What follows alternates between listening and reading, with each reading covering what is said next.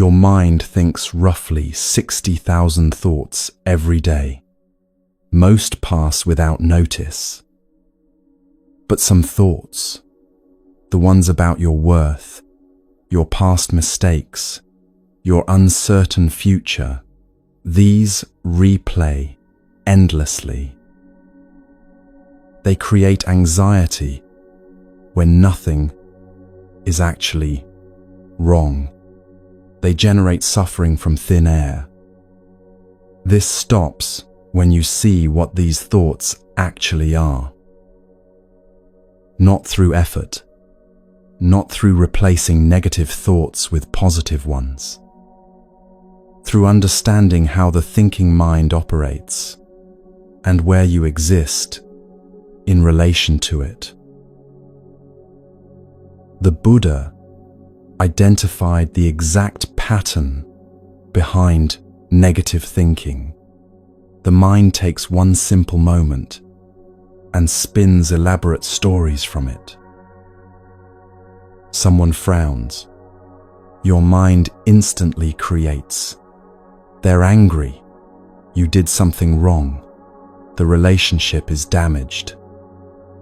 None of that existed in the frown. The mind added everything else. Over the next 3 hours, you'll hear stories of people whose minds had become prisons. Not different from you, just humans caught in patterns of thinking that created unbearable suffering. And you'll witness the exact moment when they saw through it, when the burden lifted not because they became different people, but because they finally understood what thoughts actually are. You'll discover why your negative thoughts feel so convincing. You'll see the mechanism that gives them power, and you'll learn the single shift in perspective that makes them lose their grip. The freedom you're seeking isn't somewhere else. It's here, obscured only by misunderstanding. Let's clear that misunderstanding now.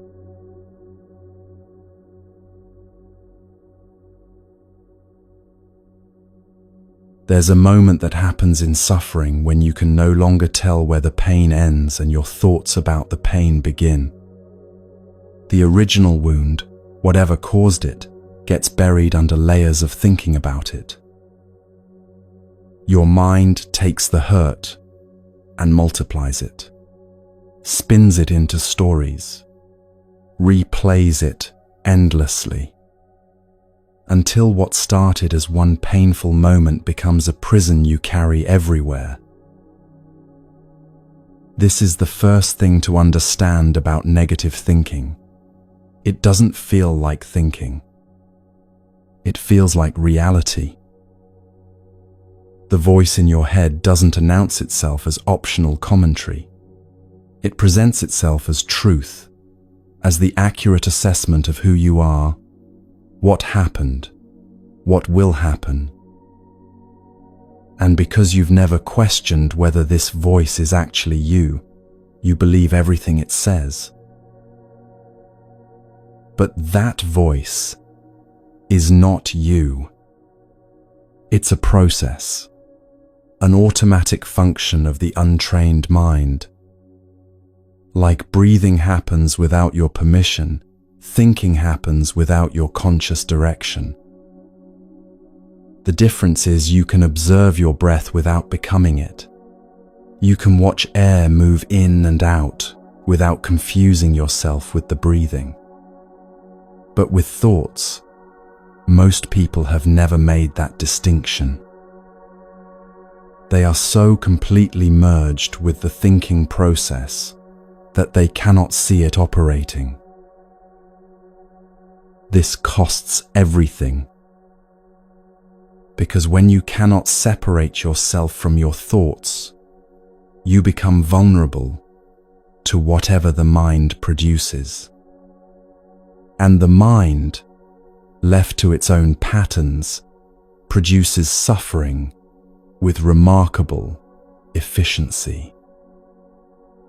It takes one painful experience and generates thousands of painful thoughts about it, each thought creating its own wave of emotion, each emotion triggering more thoughts, until you're drowning in something that started with a single drop of pain. The Buddha encountered this repeatedly in his teaching. People came to him not because they'd experienced tragedy. Everyone experiences tragedy. They came because their minds had taken tragedy and transformed it into something unbearable. The original pain was one thing. The mind's response to that pain was another thing entirely. And it was the mind's response, the endless thinking about the pain, that was actually destroying them. There was a king named Ajatasattu who understood this in the most devastating way possible. Ajatasattu had killed his father. Not in battle, not in defense, but deliberately, calculated. His father was King Bimbisara, a good king, beloved by his people, supporter of the Buddha's teachings. Ajatasattu, manipulated by a corrupt advisor named Devadatta, became convinced that his father planned to keep him from the throne forever. The paranoia grew until it consumed him. He imprisoned his father and left him to starve. The patricide itself was brief, days of his father weakening, then death. Done. What happened next was where thinking became torture. Because the moment his father died, Ajatasattu's certainty evaporated. The conspiracy he'd been so sure of suddenly seemed questionable. The threat he'd perceived felt less clear. And into that uncertainty rushed a flood of thoughts that would torment him for years. What if there was no plot? What if Devadatta lied? What if my father would have stepped aside willingly when the time came? What if I killed him for nothing? The questions had no answers, but the mind doesn't stop asking just because there are no answers. It asks again and again, each repetition of the question creating another wave of agony. Each wave convincing him more deeply that he was a monster, that he'd destroyed everything that mattered, that his crime could never be undone. Then the mind moved to imagery. It began replaying the patricide, not as it actually happened, but in elaborated versions, where he could see every detail with impossible clarity. His father's face in the prison cell, his father's hunger, his father's final moments of consciousness before weakness took him. Images that may or may not have matched reality. It didn't matter. The mind was producing them now with relentless precision. And each image carried its own payload of suffering. Ajatasattu would be sitting in council meetings, making decisions about trade routes or military strategy, when suddenly his mind would insert an image of his father reaching through the prison bars. He'd be eating dinner when he'd imagine what his father's last meal might have been, how hunger must have felt as it slowly consumed him. He'd lie down to sleep and see his father's eyes, disappointed, betrayed, uncomprehending. The mind didn't wait for convenient moments. It didn't respect boundaries or timing. The thoughts came when they came, intrusive and vivid, hijacking whatever Ajatasattu was trying to focus on. Then the mind began creating conversations with the dead. What his father would say, if he could speak. What his father would ask for, if he could ask. Elaborate dialogues that felt absolutely real while they were happening. Accusations he imagined his father would level against him. Pleas he imagined his father would make. In one recurring mental conversation, his father would ask him why. Just that. Why? And Ajatasattu would try to explain about the conspiracy, about Devadatta's warnings, about his fear of never being allowed to rule. But even in his imagination, the explanations sounded hollow, unconvincing, pathetic. None of it was actually happening. His father was dead. But in Ajatasattu's experience, these conversations were as vivid and devastating as anything that had actually occurred. They had the weight of reality, even though they existed only in his mind. This is what the mind does with guilt. It doesn't just experience the guilty event and move on. It takes the event and elaborates it into 1,000 variations. Each variation creating new suffering. The original crime was one thing. The thinking mind transformed that one thing into an endless generator of fresh agony. Ajatasattu couldn't sleep, couldn't eat properly, couldn't focus on ruling his kingdom. The thinking had completely taken over. He couldn't distinguish between memories, imaginings, and present reality. People around him noticed he'd become hollow, haunted, responding to voices no one else could hear. His attendants tried everything. Healers, priests, counselors. Nothing worked, because the torment wasn't happening in his body or his circumstances. It was happening in his relationship to his thoughts. Finally, someone suggested he visit the Buddha. Ajatasattu resisted at first. His father had been a devoted supporter of the Buddha's teachings. How could he face the teacher his father had loved after killing his father? But the mental torture had become unbearable. Late one night, desperate and sleepless, he went. He found the Buddha in a mango grove, teaching a small group of monks. Ajatasattu approached with his head down, shame radiating from every movement. When the Buddha looked at him, Ajatasattu expected judgment, condemnation, rejection. Instead, the Buddha's face showed only calm recognition, as if he'd been waiting, as if Ajatasattu's arrival was neither surprising nor unwelcome. "I killed my father," Ajatasattu blurted out. "I'm haunted by it. Every night, every day, his face is there. The questions won't stop. The thoughts won't end. I can't escape what I've done."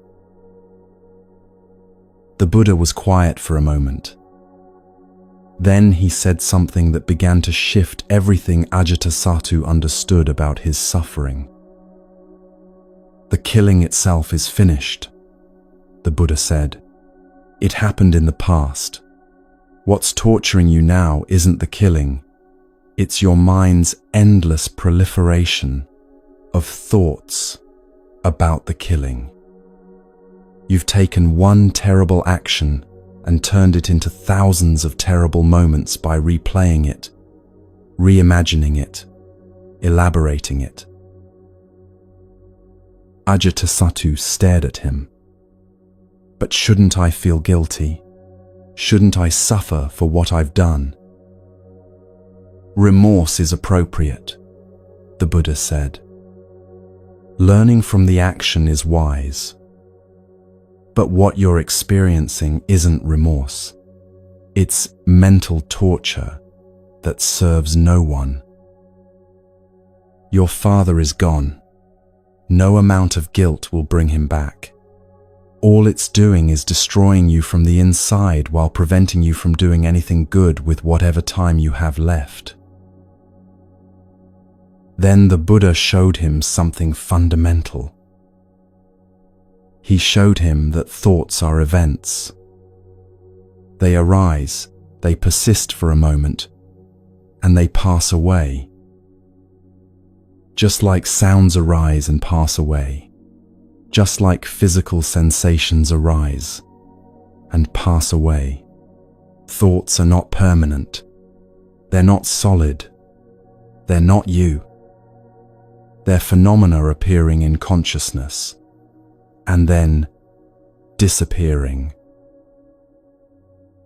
The thought, "I'm a murderer," arises.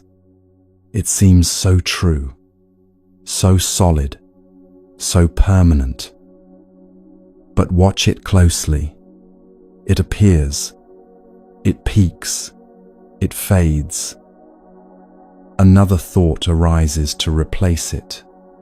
"I deserve to suffer." That one seems equally true, equally solid. But it too appears and disappears. The entire stream of guilt is made of these temporary formations, each one arising, each one passing, each one replaced by another. What Ajatasattu had been doing was grabbing each thought as it arose and treating it as permanent truth. The thought, "I killed my father for nothing," would appear, and he would immediately believe it completely, and the believing would generate emotion, and the emotion would generate more thoughts, and those thoughts would be believed completely, and on and on.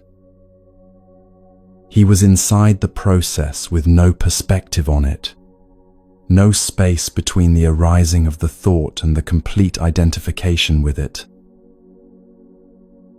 The Buddha taught him to find that space, not by fighting the thoughts, not by pushing them away or pretending they weren't there, but by seeing them as they actually are, temporary formations arising and passing in the mind.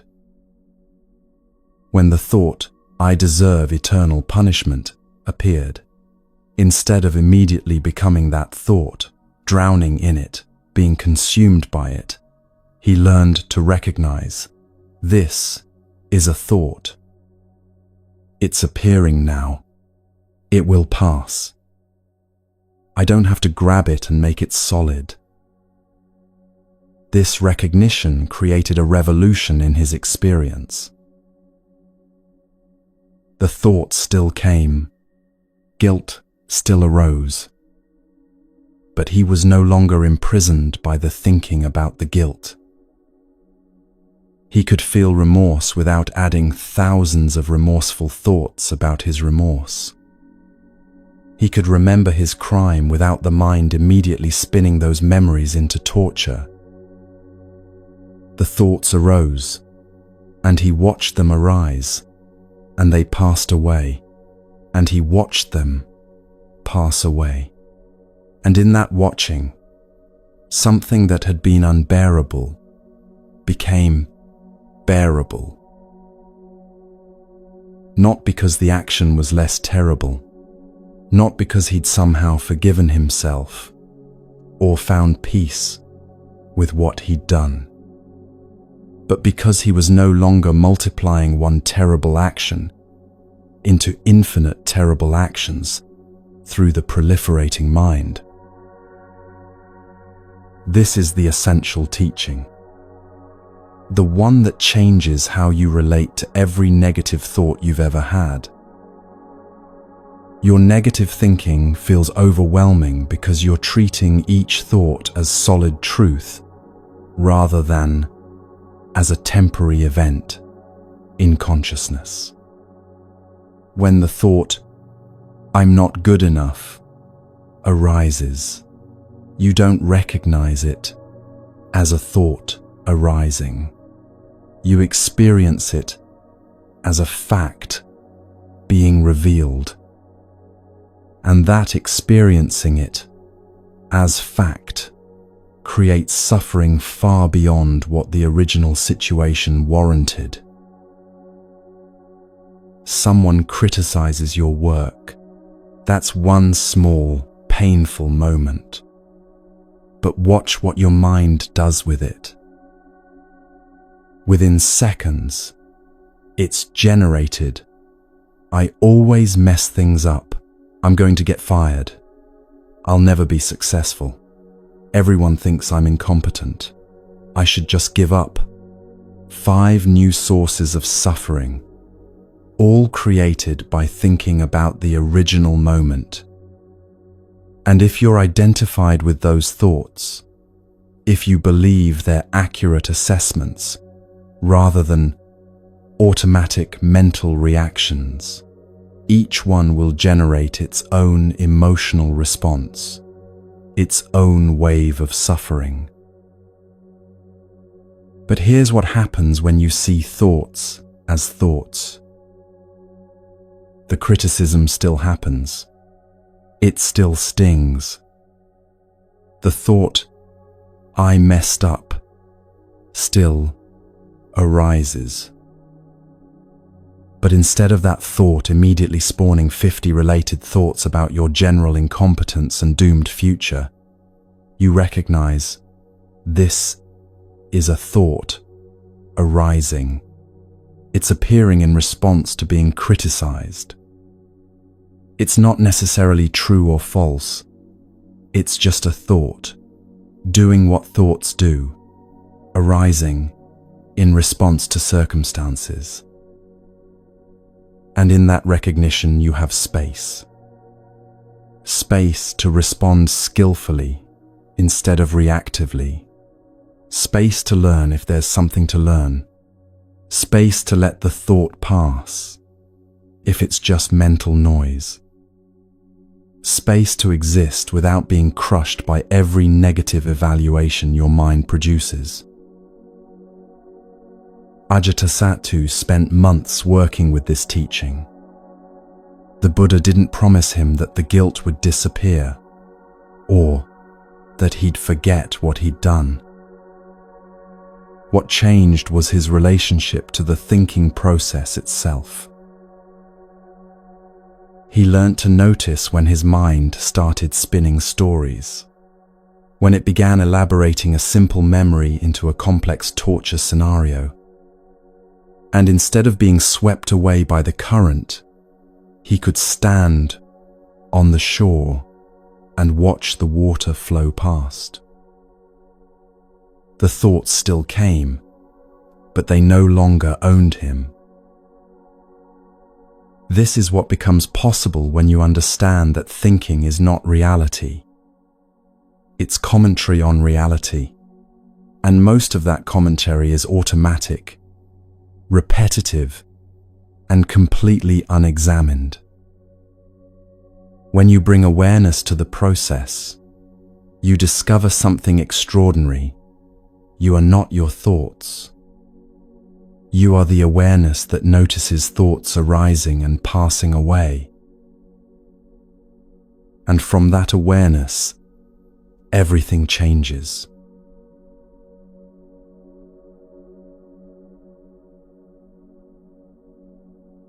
The voice in your head speaks with absolute certainty. You're not good enough. You always mess this up. Everyone else can do this. Why can't you? You're too much. You're not enough. You're fundamentally flawed.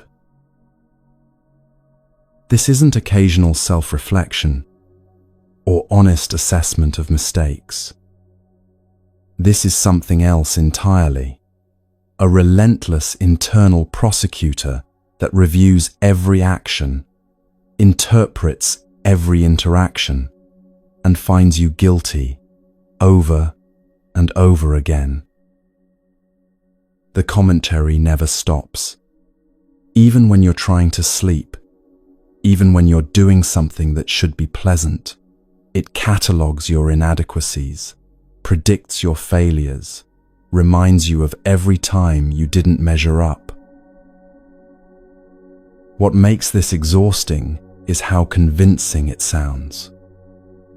The harsh voice doesn't present itself as one possible interpretation among many.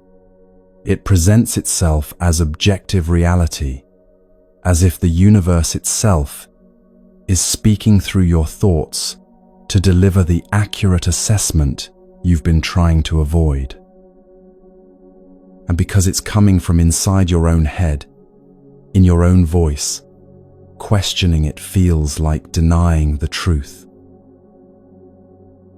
The ancient Buddhist texts contain a story about a nun named Uttara who knew this voice intimately.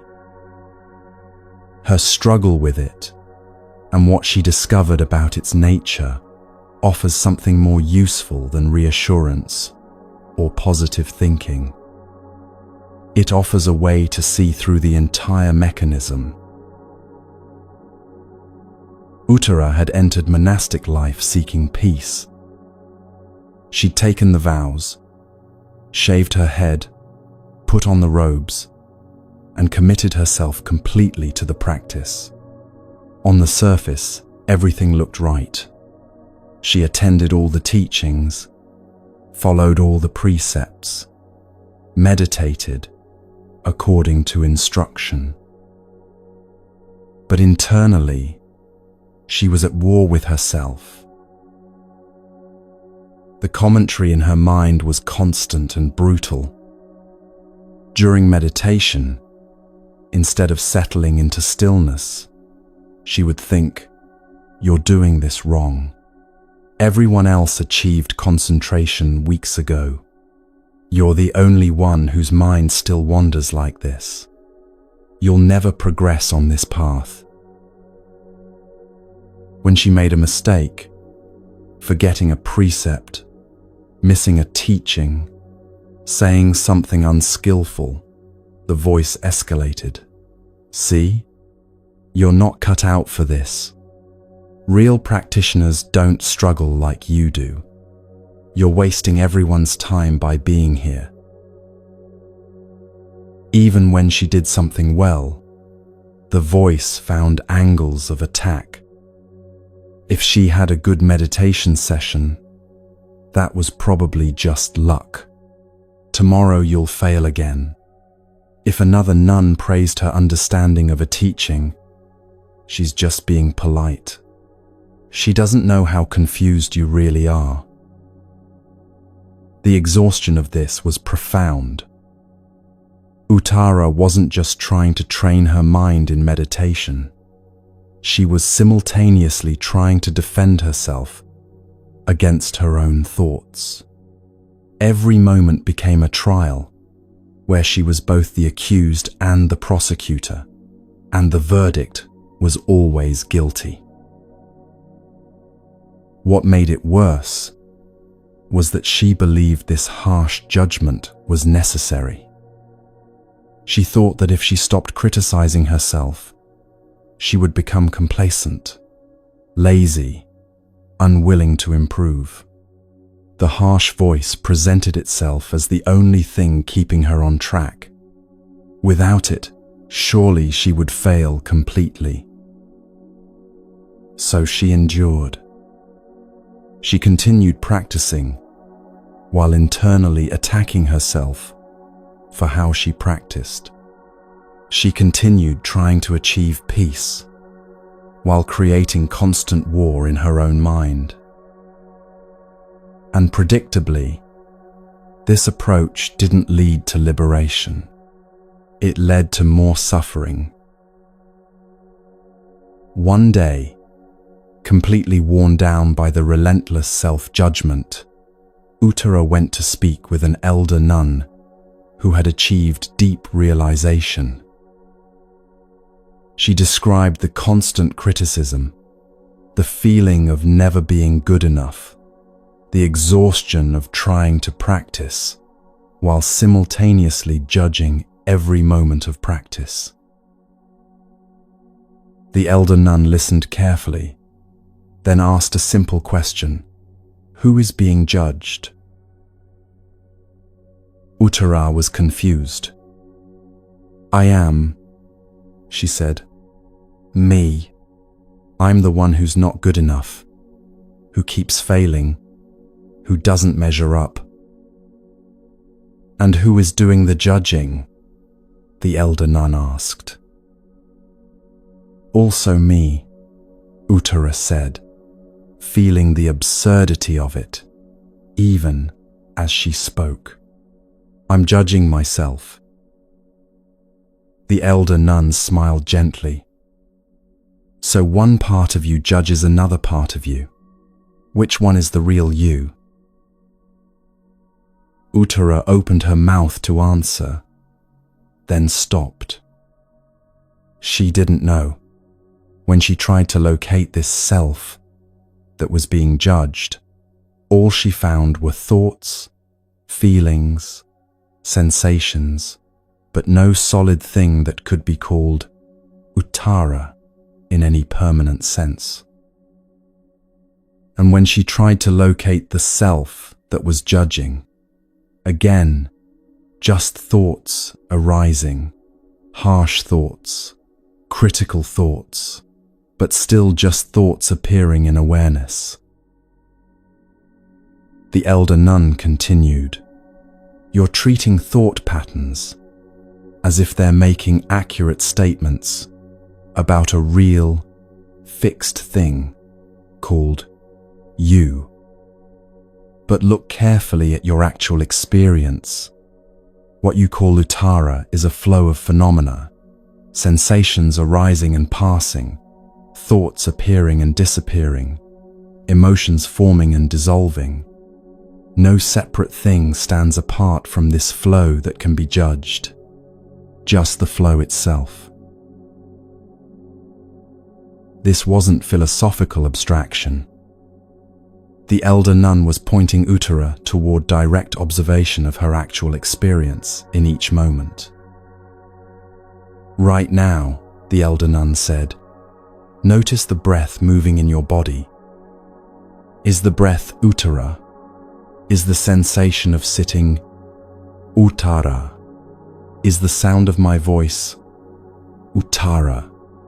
Where is this solid, permanent thing that your thoughts claim to be describing? Uttara looked, and the more closely she looked, the less she could find any fixed self to judge. Hearing was happening, but no hearer that could be called inadequate. Thinking was happening, but no thinker that could be deemed a failure. Breathing was happening, but no permanent entity doing the breathing that could be found lacking. The harsh judgments arise, the elder nun explained, because of confusion about what's actually happening. Thoughts appear that claim to be describing a real, solid you, and then other thoughts appear that judge this imaginary solid thing as inadequate. But both the image being judged and the judge doing the judging are just thought patterns appearing temporarily in awareness. She paused, letting this settle. It's like watching a play where one character criticizes another character, and you've become so absorbed in the drama that you've forgotten you're watching a play. The characters seem real while the performance runs. But when you step back and see it as a play, temporary performances appearing and disappearing, the whole thing loses its power to convince you. Uttara began practicing with this understanding. When harsh self-judgment arose, instead of either believing it or fighting against it, she simply observed, "This is a thought pattern appearing. It's claiming to describe something solid and permanent called me, but when I look for this solid thing, it's not there. Just this moment's experience, arising, existing briefly, passing away." At first, the judgmental thoughts continued arising just as strongly, but something had shifted in how she related to them. Instead of experiencing them as truth about Uttara, she experienced them as temporary mental events, no more solid or permanent than a cloud passing through the sky. The thoughts said, "You're failing," but when she looked for the solid you that was supposedly failing, she found only breath moving, body sitting, awareness, knowing. The thoughts said, "You're not good enough," but when she searched for this permanent, inadequate self, she found only phenomena flowing, seeing, hearing, thinking, feeling. None of it solid enough to be called Uttara in any lasting way. This wasn't positive thinking replacing negative thinking. It wasn't affirmations countering criticisms. It was something more fundamental, seeing through the basic confusion that makes self-judgment possible in the first place. Self-judgment requires two things: a solid self that can be judged, and thoughts that can deliver accurate verdicts about this self. But when Uttara looked carefully at her actual experience, she couldn't find either. No fixed thing to judge existed, and the judging thoughts themselves were just more temporary phenomena flowing through awareness. Over time, as this understanding deepened, the harsh commentary lost its grip. Thoughts of inadequacy still arose sometimes. Old patterns don't disappear instantly, but they no longer had the same convincing quality. They were like actors in a play she was no longer absorbed in, characters speaking lines that couldn't touch what she actually was, the aware space in which all these temporary phenomena appeared and disappeared. The Buddhist teaching that helped Uttara is sometimes stated simply, no permanent, unchanging self exists. But this isn't meant as a philosophical position to adopt. It's meant as an invitation to look directly at your actual experience. Right now, as you listen to these words, what are you actually experiencing? Hearing is happening, words appearing, meaning forming. Perhaps some background sound exists in your environment. Sensations exist where your body contacts whatever you're sitting or lying on. Thoughts might be arising about what you're hearing, reactions forming, agreements or disagreements appearing. But where, in all of this, is the solid, permanent you that your harsh thoughts claim to be describing. When you look for it, you find only this flow of phenomena: seeing, hearing, thinking, feeling, arising, and passing, moment by moment. The harsh inner critic creates an image of you, inadequate, failing, not good enough, and treats this image as if it's describing something real and permanent. But the image itself is just another thought pattern, another temporary appearance in the flow of experience. This matters enormously for dealing with self-judgment.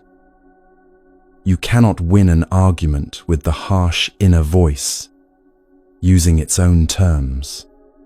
If you try to prove you're actually good enough, adequate, worthy, you're still accepting the premise that a solid self exists that can be accurately judged as either good enough or not good enough. You're just arguing about the verdict while accepting the validity of the trial. What Uttara discovered offers a different approach entirely.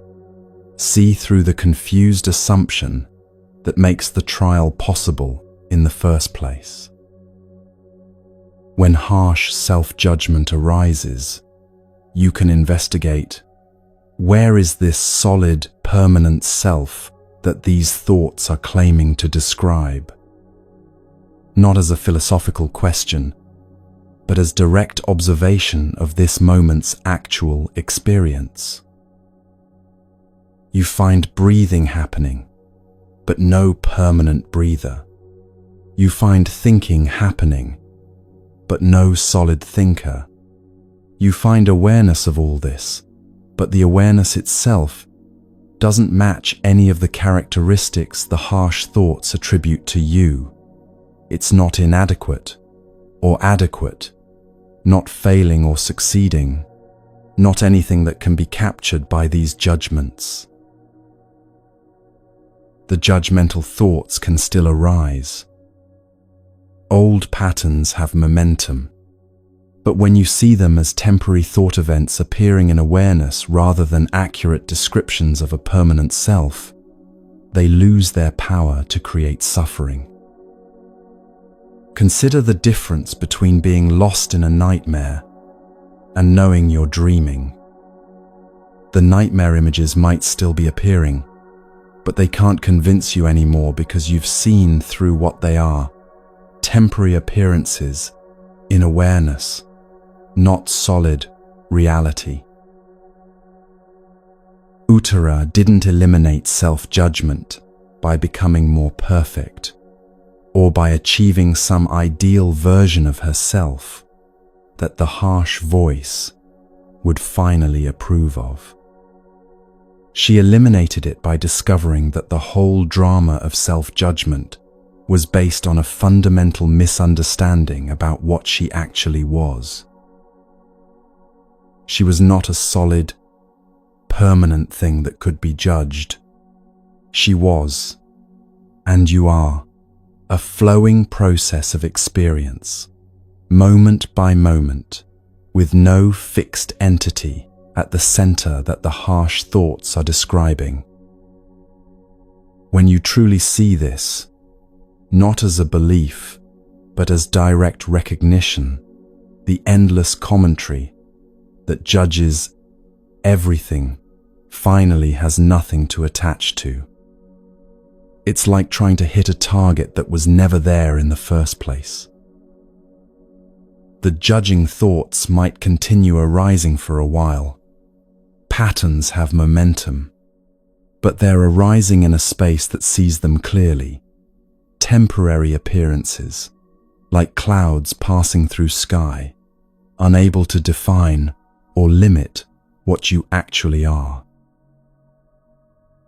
This discovery changes everything about how you relate to the harsh inner voice.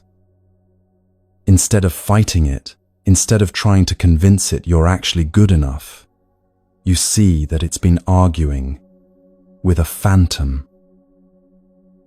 The solid, permanent, inadequate self it's been describing doesn't exist and has never existed.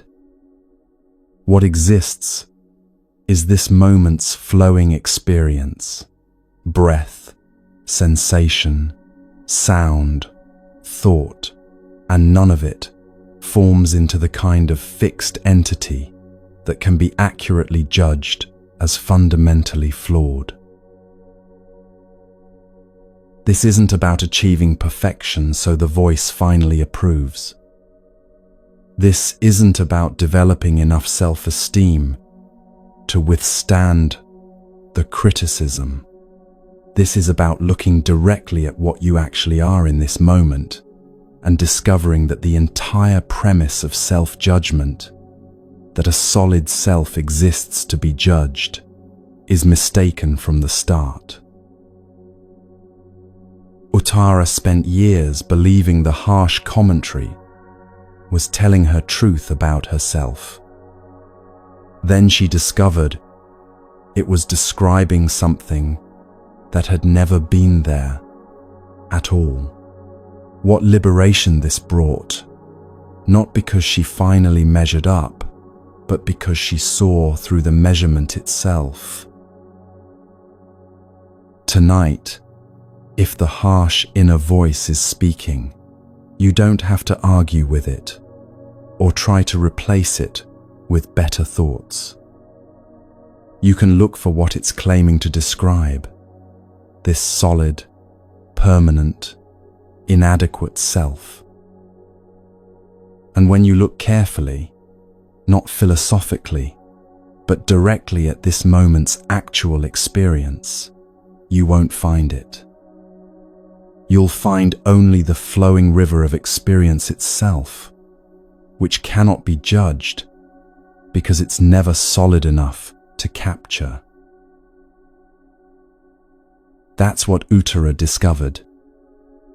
That's what freed her from the tyranny of self-judgment.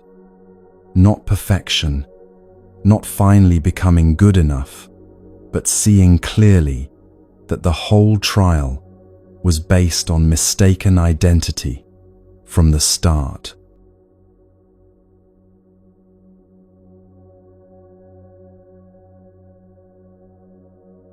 In a dense forest, a monkey sat beneath a tree, eating fruit. The forest was peaceful, filled with the sounds of birds and rustling leaves. The monkey had lived here his entire life and knew every tree, every path, every sound. Then something fell from the tree above him.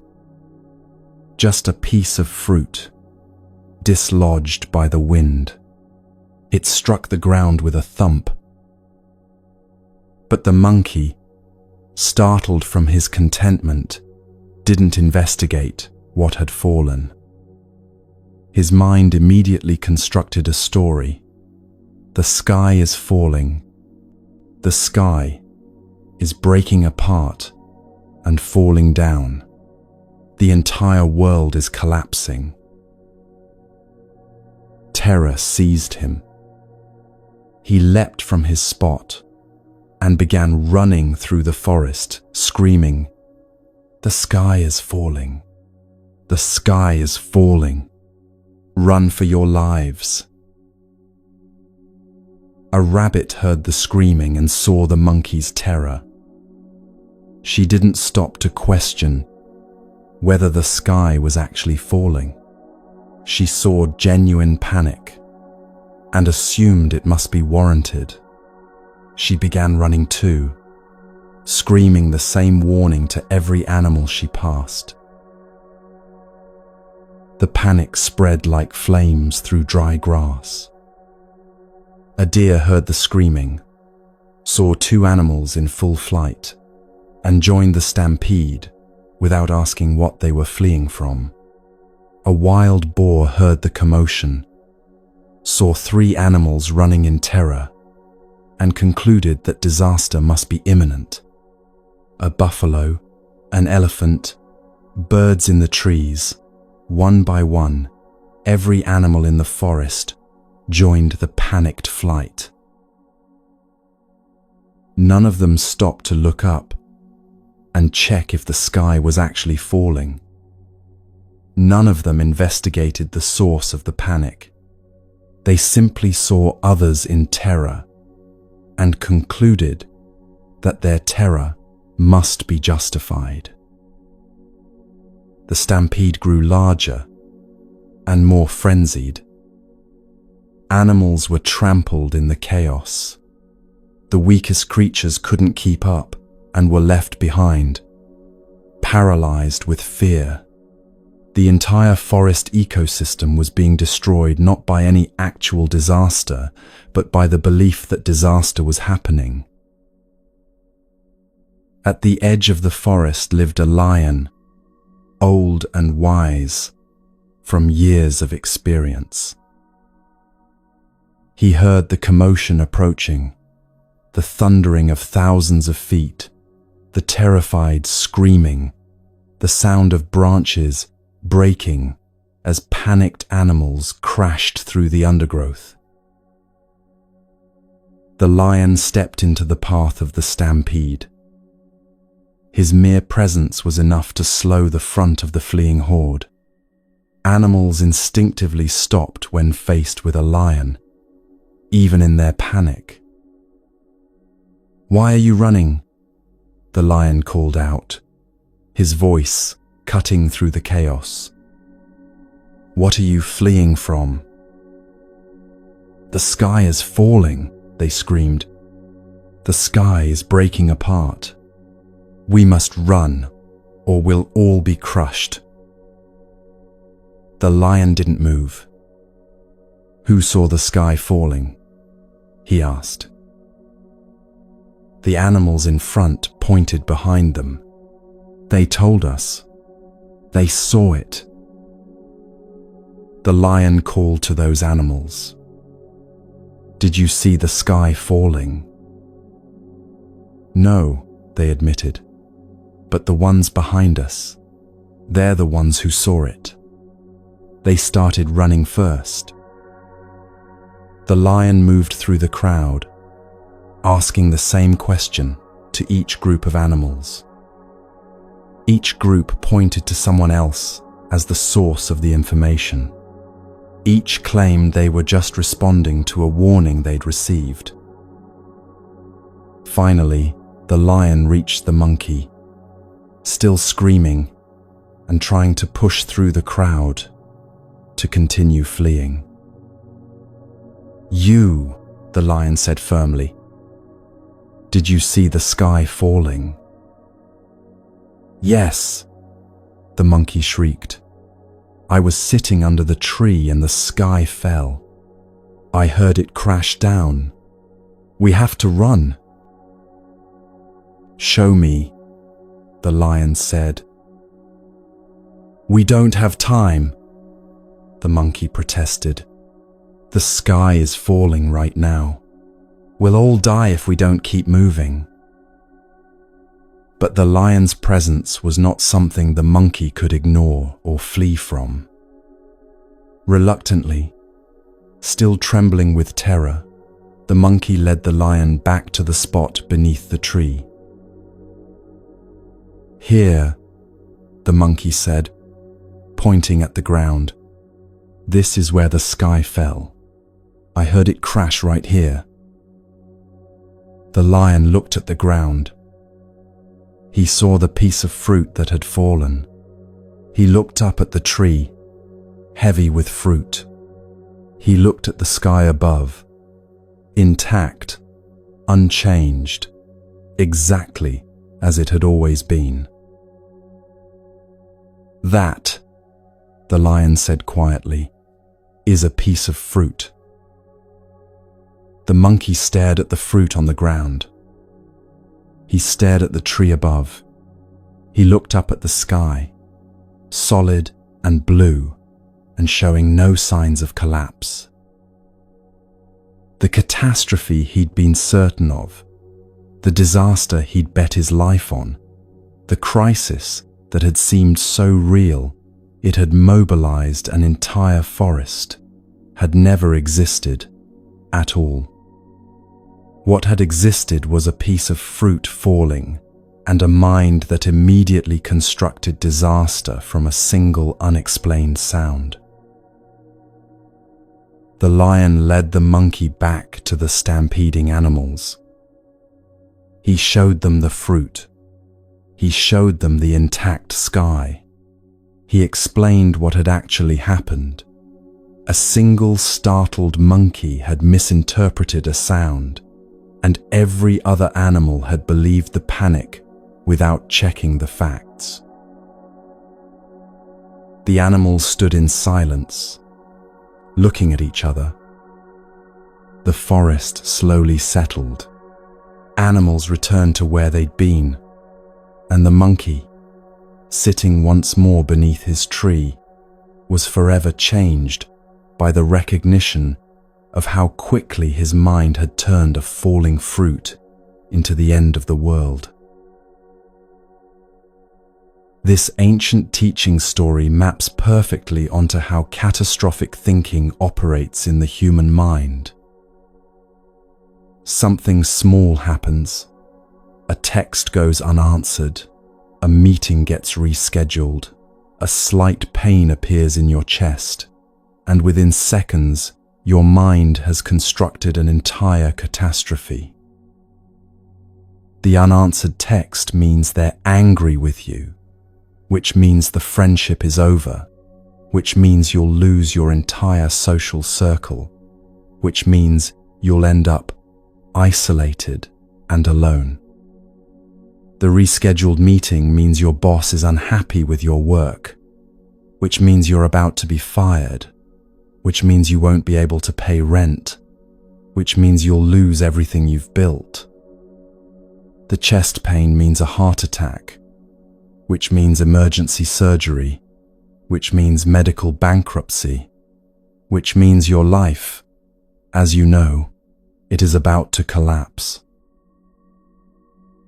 Like the monkey hearing the fruit fall, your mind doesn't pause to investigate the actual situation. It immediately generates the catastrophe narrative and treats that narrative as if it's already happening. The key word is ambiguous. If the situation were clearly dangerous, your fear response would be appropriate.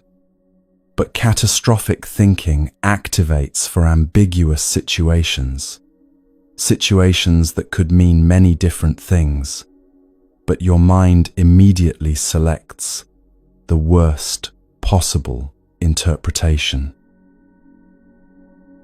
Then your body responds to the imagined catastrophe as if it's real. Your heart races, your breath shortens, stress chemicals flood your system. This physical response becomes more evidence that the catastrophe is real.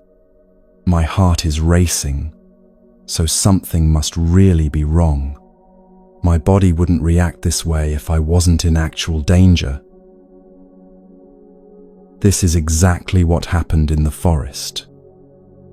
Each animal saw the previous animal's genuine terror and took that terror as confirmation that disaster was real. The monkey's racing heart convinced the rabbit. The rabbit's fleeing convinced the deer. The physical signs of panic in others became proof that panic was warranted. The spiral feeds itself. The catastrophic thought creates physical sensations of fear. The physical sensations are interpreted as evidence that the catastrophic thought is accurate. This interpretation intensifies the fear, which creates stronger physical sensations, which provide more evidence, which intensifies the fear further. Within minutes, you're in full-blown panic over something that hasn't happened and may never happen. Your body is responding to an imagined future as if it's occurring right now. What stops this spiral? The same thing that stopped it in the forest. Investigation of the actual facts, rather than belief in the panic narrative. The lion didn't argue with the animals about whether they should be afraid. He didn't try to convince them they were overreacting. He simply asked, what actually happened? Who actually saw the sky falling? Let's go look at the evidence. When catastrophic thinking has seized your mind, arguing with it doesn't work.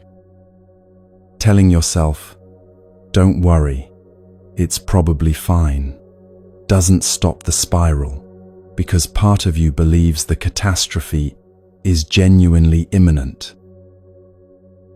What works is what the lion did. Investigate the actual situation rather than the story about the situation. Your friend hasn't responded to your text. That's the actual situation. A text sent, no response yet. Your mind has added, they're angry, they hate you, the friendship is over, you'll lose everyone. These additions are not facts. They're interpretations, predictions, catastrophic narratives constructed from ambiguous data. When you notice catastrophic thinking happening, you can ask the lion's question, what actually happened? Not what might happen, not what probably will happen, not what your thoughts are predicting will happen. What has actually happened right now in reality? Often the answer is surprisingly small. A text went unanswered. A meeting got rescheduled. A pain appeared in your chest. These are the facts. Concrete, specific, happening in the present moment. Everything else, the angry friend, the job loss, the medical emergency, the complete life collapse, exists only as thought about a possible future, not as something happening right now. This distinction matters enormously. When you're caught in catastrophic thinking, your body is responding to an imagined future disaster as if it's a present moment threat. But when you bring your attention back to what's actually happening right now, you often find that, right now, in this moment, you're safe. Right now, you're breathing. Right now, your body is functioning. Right now, the catastrophe exists only as thought, not as reality. This doesn't mean the future won't contain difficulties. Your friend might actually be upset. Your job might be in jeopardy. You might need medical attention. But constructing elaborate catastrophe scenarios about these possibilities doesn't prepare you for them. It exhausts you before anything has actually gone wrong. The monkey spent enormous energy fleeing from a disaster that wasn't happening. That energy could have been used for actual challenges. Instead, it was completely depleted by responding to an imaginary crisis. When you spend your mental and emotional resources responding to catastrophes that exist only in thought, you have less available for actual difficulties when they arise. You exhaust yourself with imaginary problems and then face real problems already depleted. The teaching here isn't, don't worry, everything will be fine. The teaching is, distinguish between what's actually happening and what your thoughts are predicting might happen. Respond to reality, not to catastrophic imagination. When the lion investigated the source of the panic, he found a piece of fruit and an intact sky.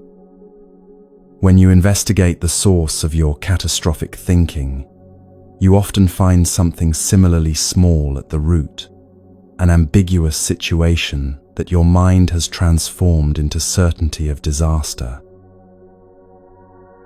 Tonight, if your mind is predicting catastrophe, remember the monkey and the lion. Notice that catastrophic thinking is happening. Then ask, what has actually happened right now?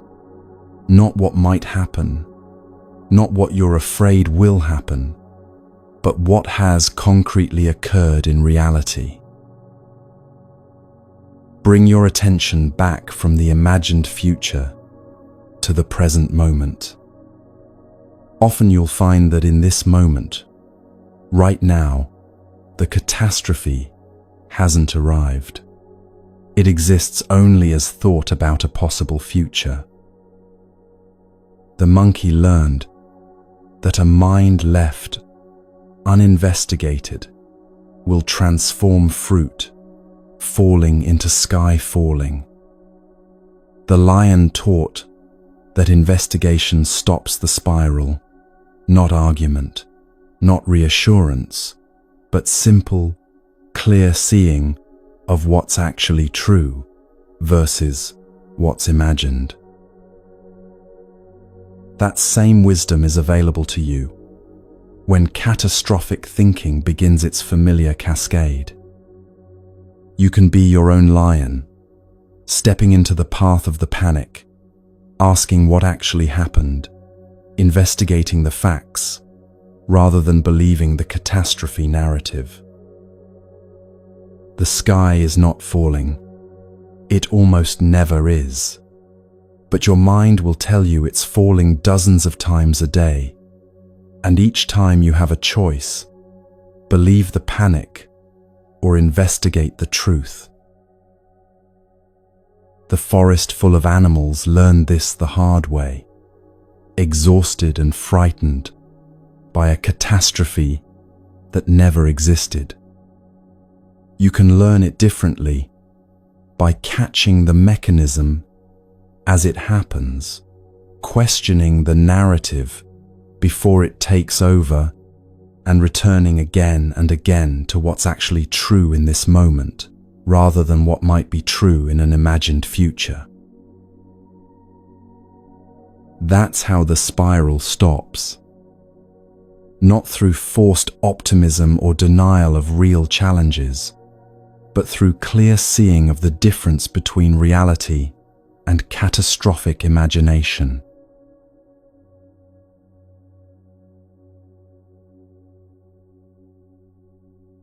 Your mind returns to the same moment again and again. The conversation where you said the wrong thing, the relationship that ended, the opportunity you didn't take, the loss you can't accept. Your thoughts circle back to these moments dozens of times a day, replaying them with slight variations, analyzing what you should have done differently, imagining alternate outcomes that will never occur. This isn't occasional remembering. This is rumination, the repetitive, stuck quality of a mind that can't let go of what's already finished.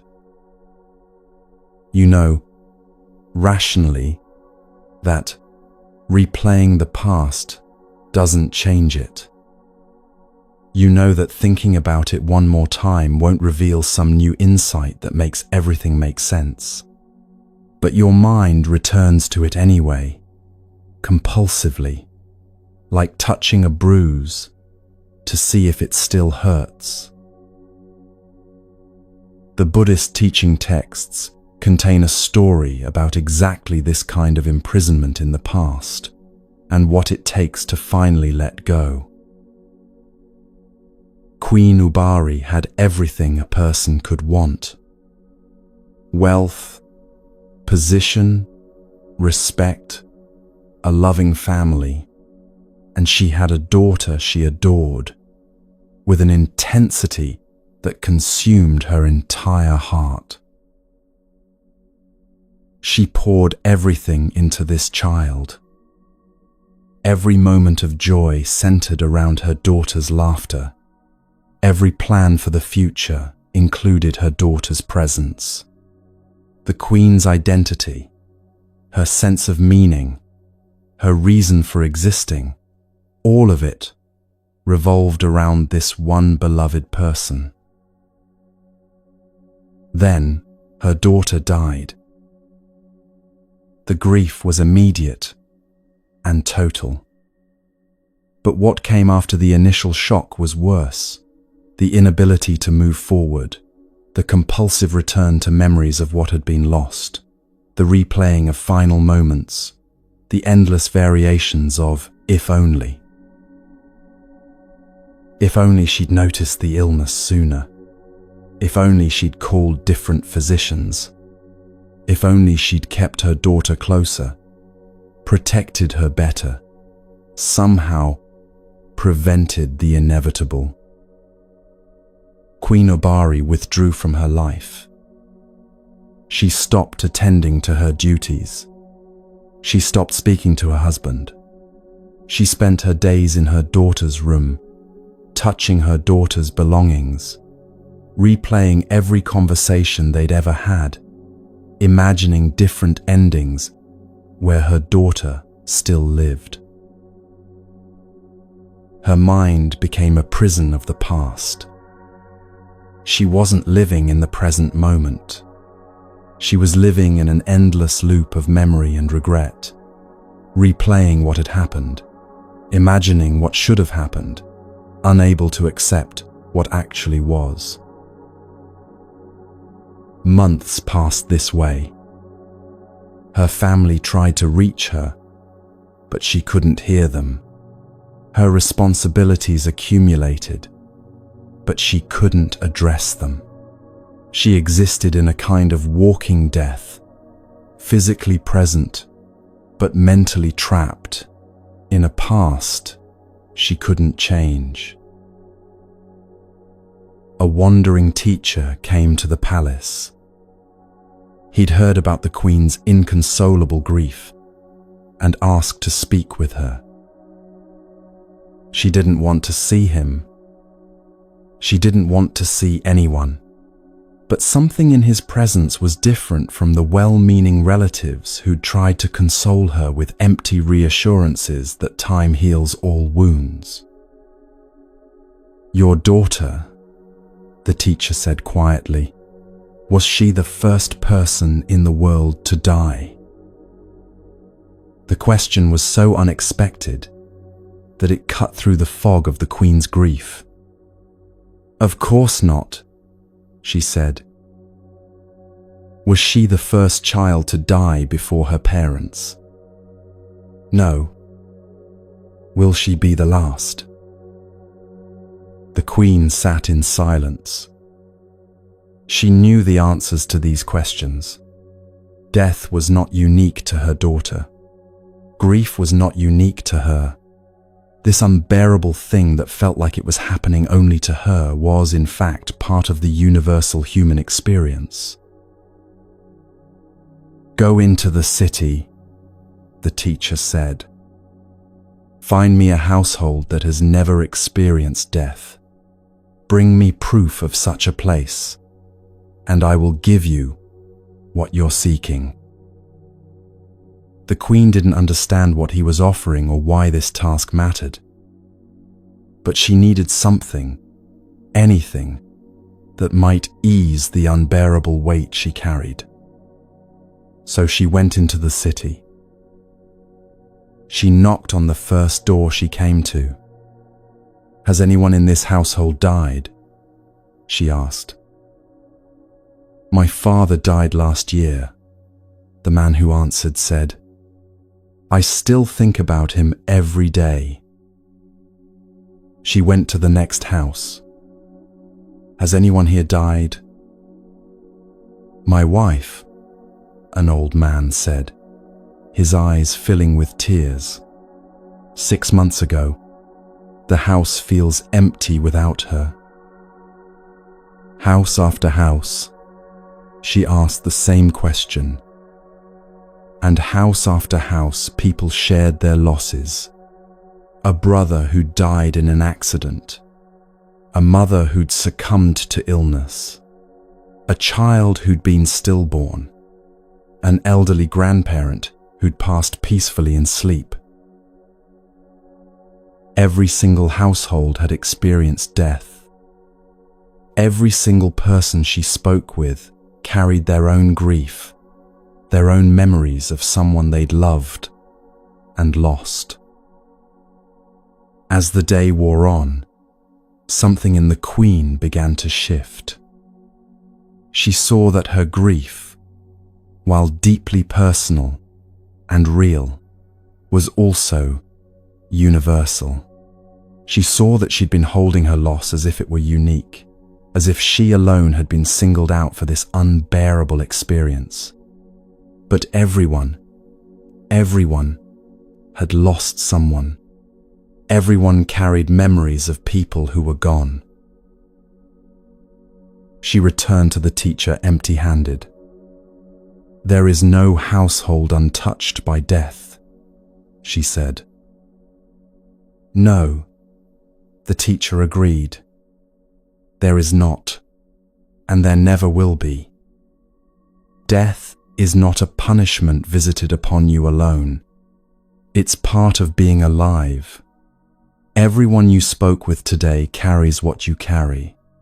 The question is, will you let this loss consume the rest of your life, or will you learn to carry it while still living?" The Queen felt something break open inside her. Not the grief itself, that remained and would remain. But the story she'd been telling herself about the grief broke apart. The belief that this should not have happened. The conviction that if she just replayed it enough times, she could somehow change the outcome. The certainty that her life had to stop because her daughter's life had stopped. She saw that she'd been grieving not just her daughter, but her ideas about how life should be. She'd been rejecting reality so completely that she'd withdrawn from all of life rather than accept this one unbearable fact. "Your daughter is gone," the teacher said gently. "That's true. That will always be true. But you are still here. And every moment you spend replaying the past is a moment you're not living the life that remains available to you." This story captures the essential mechanism of rumination. When you ruminate, you're not simply remembering the past. You're replaying it compulsively, analyzing it obsessively, imagining alternate versions, trying to somehow undo what already happened through the sheer force of repeated thinking. Queen Abari spent months in her daughter's room, touching her daughter's belongings, replaying memories. This wasn't helping her process grief. It was keeping her trapped in a mental loop where she never had to accept that her daughter was truly gone. Your mind does the same thing. You replay the conversation where you said the wrong thing, imagining what you should have said instead. You revisit the relationship that ended, analyzing every moment for clues about where it went wrong. You relive the opportunity you didn't take, constructing elaborate fantasies about how your life would be different if only you'd made a different choice. The replaying feels purposeful. It feels like you're working through something, making progress toward understanding or resolution. But rumination is circular, not linear. You're not moving toward understanding. You're walking the same mental path over and over, wearing a groove deeper into your consciousness with each repetition. There's a crucial difference between reflection and rumination.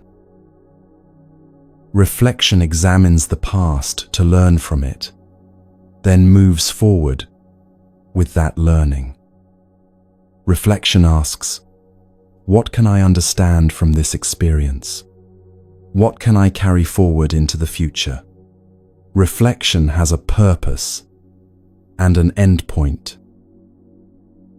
Rumination has no end point. Rumination circles endlessly through the same material without arriving anywhere new. It asks the same questions repeatedly without genuinely seeking answers. It replays the same scenes without ever finding the resolution it's searching for. Queen Ubari's obsessive dwelling on her daughter's death wasn't helping her understand or accept what had happened. It was keeping her from accepting it. As long as she stayed mentally trapped in the past, she didn't have to face the present reality of her daughter's absence. This is what rumination does. It creates the illusion of engagement while actually functioning as avoidance. You think you're processing the past when you're actually refusing to let it be past. You think you're seeking resolution when you're actually avoiding acceptance.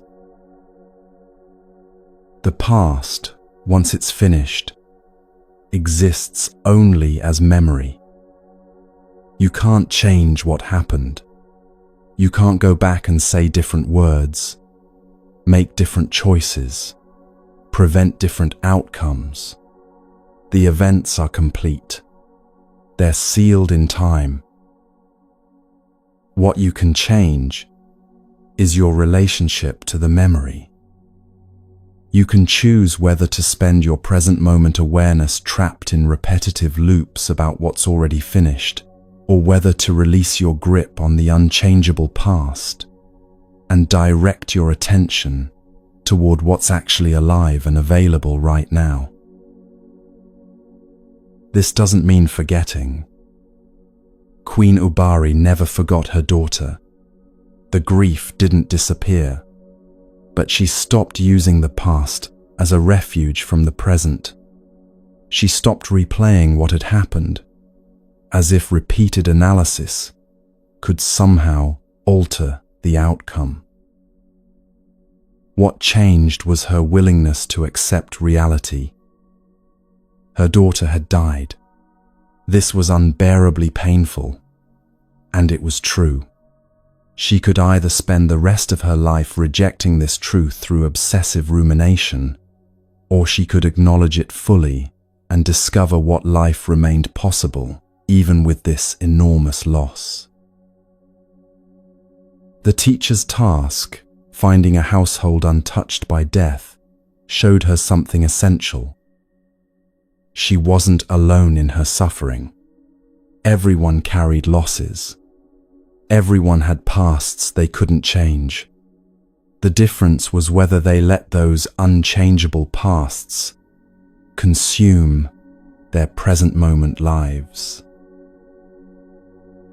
When you catch yourself ruminating, you can ask the question that helped free Queen Ubari. Is replaying this moment one more time changing anything? The honest answer is almost always no. Thinking about the conversation for the 100th time doesn't alter what you said. Replaying the relationship's end for the 1000th time doesn't bring the person back.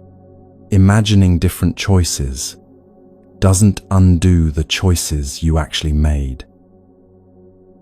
The past is finished. What remains is memory and your choice about how much of your present moment awareness to invest in repetitive loops about what can't be changed. This isn't about positive thinking or forcing yourself to move on before you're ready. Grief needs time. Processing difficult experiences takes time.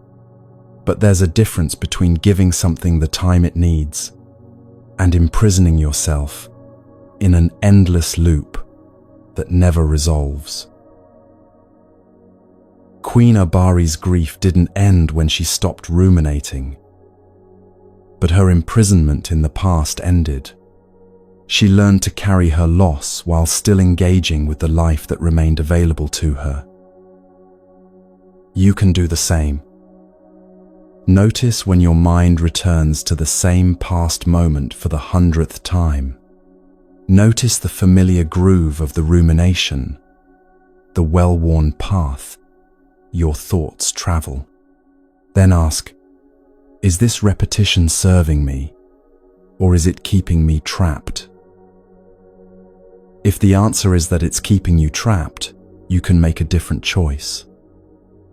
You can acknowledge the thought, yes, this happened, and I wish it had gone differently, and then deliberately redirect your attention to what's actually present and alive in this moment. Not because the past doesn't matter, but because the past is finished, and you are still here, and the present moment offers possibilities that rumination closes off. The Queen learned that everyone she met had lost someone beloved. Everyone carried unchangeable pasts. The question wasn't whether loss happened. It happened to everyone. The question was whether you let loss consume the life that remained, or whether you learned to carry it while still living. Tonight, if you find your mind returning to the same past moment again and again, remember Queen Ubari in her daughter's room. Remember that replaying the past doesn't change it. Remember that rumination feels like engagement, but functions as imprisonment. And then, gently, see if you can release your grip on what's already finished. Not forgetting it, not dismissing it, but letting it be past, rather than insisting it remain eternally present in your consciousness. The past happened. You can't change that, but you can choose how much of your present awareness to invest in repetitive loops about what's already complete. You can choose whether to remain imprisoned in rumination or to engage with what's actually alive and available right now. That choice between rumination and presence is available to you in every moment. The past will call you back repeatedly. Your mind will offer the familiar groove of the rumination loop, and each time you can choose, follow that loop one more time, or redirect your attention to the life that's actually happening now. That's where freedom lives. Not in changing what already happened, but in releasing your grip on the unchangeable and turning your attention toward what remains possible.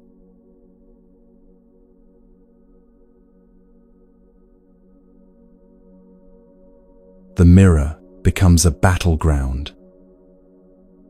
You examine your reflection with a scrutiny you'd never apply to anyone else, cataloging every flaw, every sign of aging, every deviation from whatever impossible standard your mind has constructed. Your thoughts spiral into harsh judgments about your appearance, and these judgments bleed into judgments about your worth as a person. Or maybe it's not your own eyes judging you. Maybe it's the constant awareness of being looked at, evaluated, reduced to your physical appearance by others. You walk through the world feeling like your body is public property, subject to commentary and assessment, and you can't escape the weight of all those eyes. This preoccupation with appearance, your own harsh evaluation, or your entrapment by others' evaluations, consumes enormous mental energy. It shapes how you move through the world, what you avoid, what you pursue, how you feel about yourself on any given day. The Buddhist texts contain a teaching story so dramatic, so shocking, that it cuts through centuries of polite spiritual discourse to show what's actually at stake when we're trapped by appearance-based thinking. Suba was a young nun who'd left her family's wealth to pursue freedom through Buddhist practice.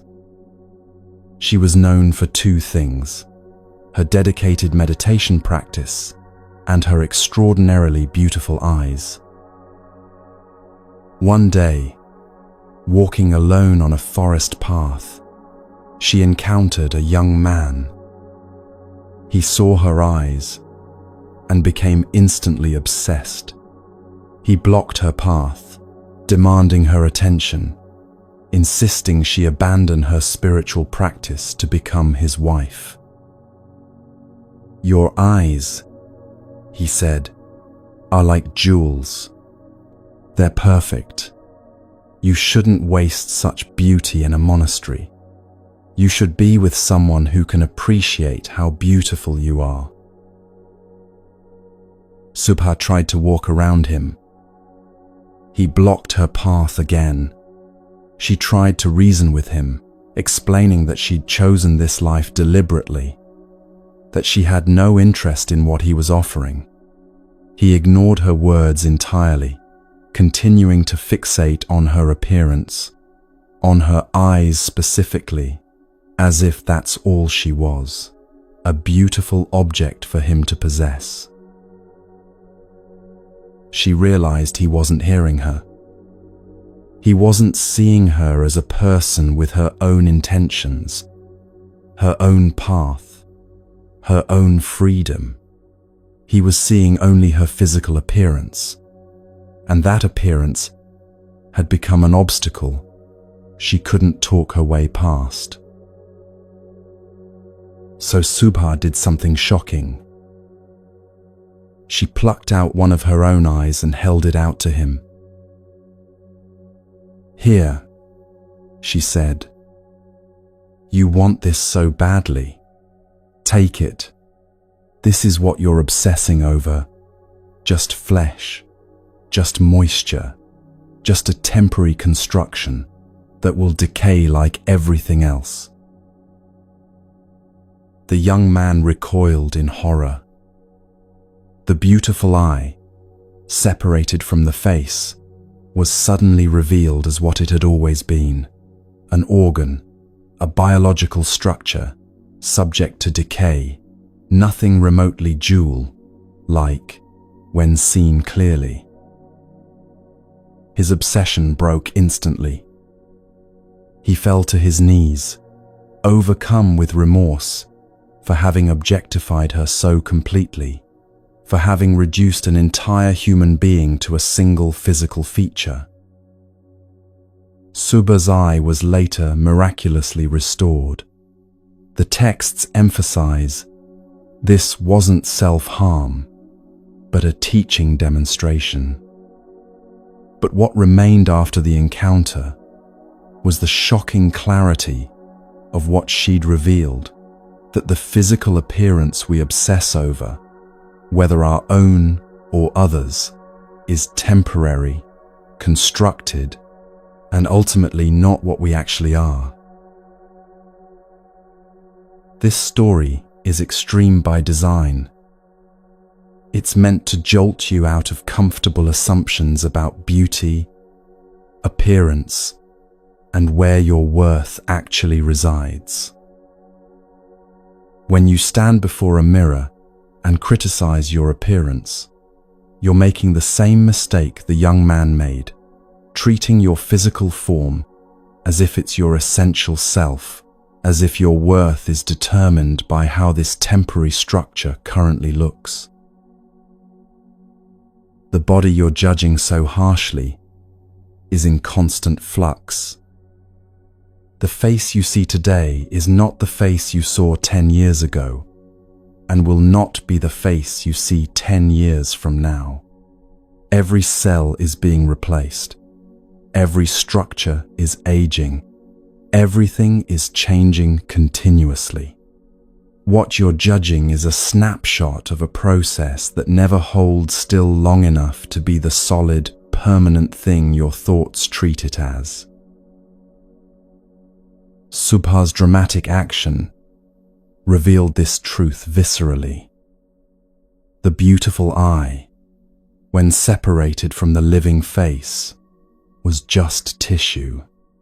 The object of obsession, when seen clearly, was impermanent, subject to decay, nothing that could bear the weight of all that fixation. Your appearance is the same.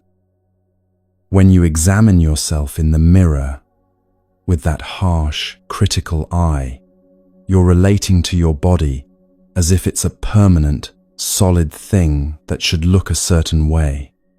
But it's not permanent. It's not solid. It's a temporary construction of flesh, bone, moisture, and air that changes every single day and will eventually dissolve completely. This isn't meant to be depressing. It's meant to be liberating. If your body is temporary and constantly changing, then any judgment about it is a judgment about something that won't hold the same form long enough for the judgment to remain accurate. You're criticizing a moving target, treating a fluid process as if it's a fixed object that can be definitively evaluated. More importantly, if your body is temporary and changing, then it can't be where your fundamental worth resides. Your worth can't depend on something that's different every decade, every year, every moment. It has to be based on something deeper than this temporary physical form.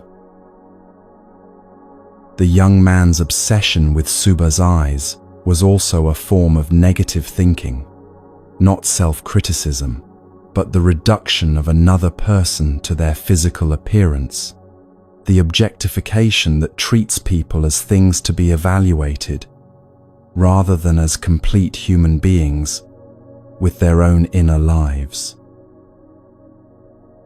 You experience this too. You walk through the world aware of being looked at, evaluated, reduced to your appearance by others. You feel the weight of those gazes, the way they assess and judge and sometimes objectify. This awareness can become its own form of imprisonment, always conscious of how you're being perceived, unable to simply exist without that evaluative layer. Subha's response showed that you're not required to accept others' objectification of you. You don't have to internalize their evaluations. You don't have to let their fixation on your appearance determine your sense of worth or freedom. When she held out her own eye, she was essentially saying, "This thing you're obsessing over, it's not me. It's a temporary part of a temporary form. Your fixation on it reveals your confusion about what I actually am." You can hold the same clarity when you're trapped by appearance-based thinking, whether it's your own harsh self-evaluation or your entrapment by others' objectifying gazes. You are not your appearance. Your worth is not determined by how your temporary physical form currently looks. You are the awareness that experiences life through this form, not the form itself. This doesn't mean neglecting basic care of your body or pretending appearance has no social impact. It means not treating your physical form as if it's your essential self, not allowing your worth to rise and fall based on how this changing structure currently looks. When you notice harsh thoughts about your appearance arising, you can ask Subha's question, what am I actually criticizing here? You're criticizing a temporary construction that's different today than it was yesterday, and will be different tomorrow than it is today. You're judging something that won't hold still long enough to be the fixed object your thoughts treat it as. You're basing your sense of worth on something that's inherently unreliable because it's constantly changing. The recognition that your body is temporary doesn't make it worthless. It makes it precious in a different way. Precious because it's the vehicle through which you experience life, not precious because it meets certain appearance standards. Subha valued her body enough to take care of it, to use it as a vehicle for meditation and practice. But she didn't confuse the vehicle with the traveler. She didn't let her worth become dependent on how the vehicle looked to others. You can make the same distinction. Care for your body because it's the form through which you experience life, not because its appearance determines your worth. Appreciate its function rather than obsessing over its form. When others reduce you to your appearance, you can hold Subha's clarity. Their objectification is their confusion, not your reality. You don't have to internalize their limited perception of you. You don't have to let their fixation on your physical form define your sense of self. This is radically different from the usual advice about body image, which often amounts to trying to think more positive thoughts about your appearance. Subha's teaching isn't about learning to think your body is beautiful instead of ugly. It's about recognizing that your worth doesn't depend on appearance at all, because you're not fundamentally a physical form being evaluated. Your awareness experiencing life through a temporary, changing form. The shift is from, I need to look better, or I need to accept how I look, to my appearance is a temporary aspect of a temporary form, and my worth exists independent of how this form currently looks. This doesn't happen all at once. Appearance-based thinking has deep roots, cultivated by years of social conditioning, media messages, others' evaluations, and your own internalized criticism. You won't hear Subha's story once and suddenly be free of all appearance concerns. But you can begin to notice when appearance-based thoughts arise and recognize them for what they are, thoughts about a temporary form, not truths about your fundamental worth. You can catch yourself in front of the mirror, cataloging flaws, and ask, what am I treating as permanent here that's actually constantly changing? You can feel the weight of others' evaluative gazes, and remember, their fixation on my appearance is their confusion, not my reality. Gradually, with repeated recognition, the grip of appearance-based thinking loosens. Not because you've learned to think your body is perfect, but because you've seen through the confused assumption that your worth depends on how your temporary form currently looks. Tonight, if you find yourself trapped in harsh judgments about your appearance or weighed down by others' objectifying evaluations, remember Subha holding out her own eye. Remember the shock of seeing that the object of obsession, when seen clearly, was just temporary tissue, nothing that could bear the weight of all that fixation. Your body is the same. Temporary, changing, not your essential self. It's the vehicle through which you experience life, worthy of care for that reason, but not the source of your fundamental worth. You are not your appearance. You are the awareness experiencing life through this temporary form, and that awareness doesn't improve or diminish based on how the form currently looks. That recognition, clear, direct, uncompromising, is what Subha's dramatic teaching offers. Not comfort, not reassurance, but liberation through seeing what's actually true. Your worth exists independent of appearance because you are not fundamentally the temporary form being evaluated. Hold that clarity when appearance-based thoughts arise. You don't have to argue with the thoughts or try to think differently about how you look. You can simply see them for what they are, evaluations of something temporary, treating a changing process as if it's a fixed object, confusing the vehicle with what travels through it. That seeing is enough.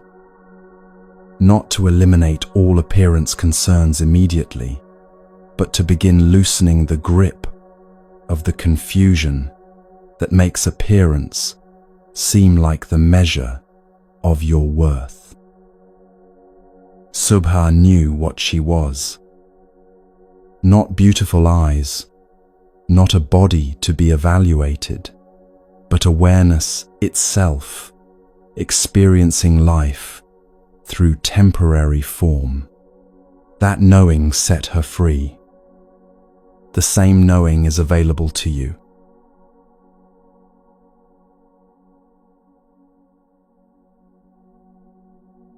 Soma sat in meditation under a tree, her mind settled and clear.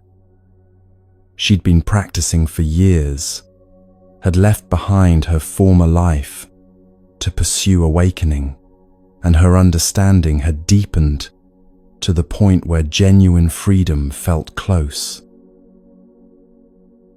Then, a voice spoke from the shadows. "What are you doing here?" the voice asked, mocking and certain. "Do you really think someone like you can reach enlightenment? This path is for the wise, the exceptional, the truly capable. You're wasting your time."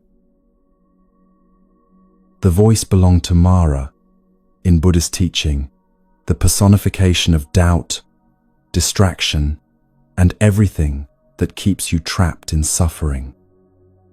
But Mara doesn't appear as an obvious enemy. He appears as a voice that sounds reasonable, that presents itself as honest assessment, that claims to be telling you the truth about your limitations. "This teaching is subtle," Mara continued. "It requires capacities you simply don't have. Look at yourself honestly. You're not smart enough for this. Your understanding is limited. Even with your two-finger intelligence, you think you can grasp what has eluded the greatest minds. Give up this impossible pursuit and return to ordinary life where you belong. The insult was deliberate. Two-finger intelligence, a phrase suggesting fundamental incapacity, limited mental ability, inadequacy at the core of who you are. This is the voice many of you hear regularly.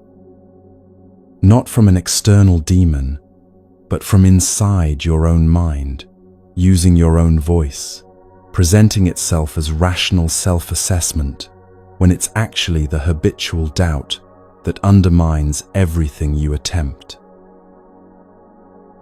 Soma didn't argue with Mara.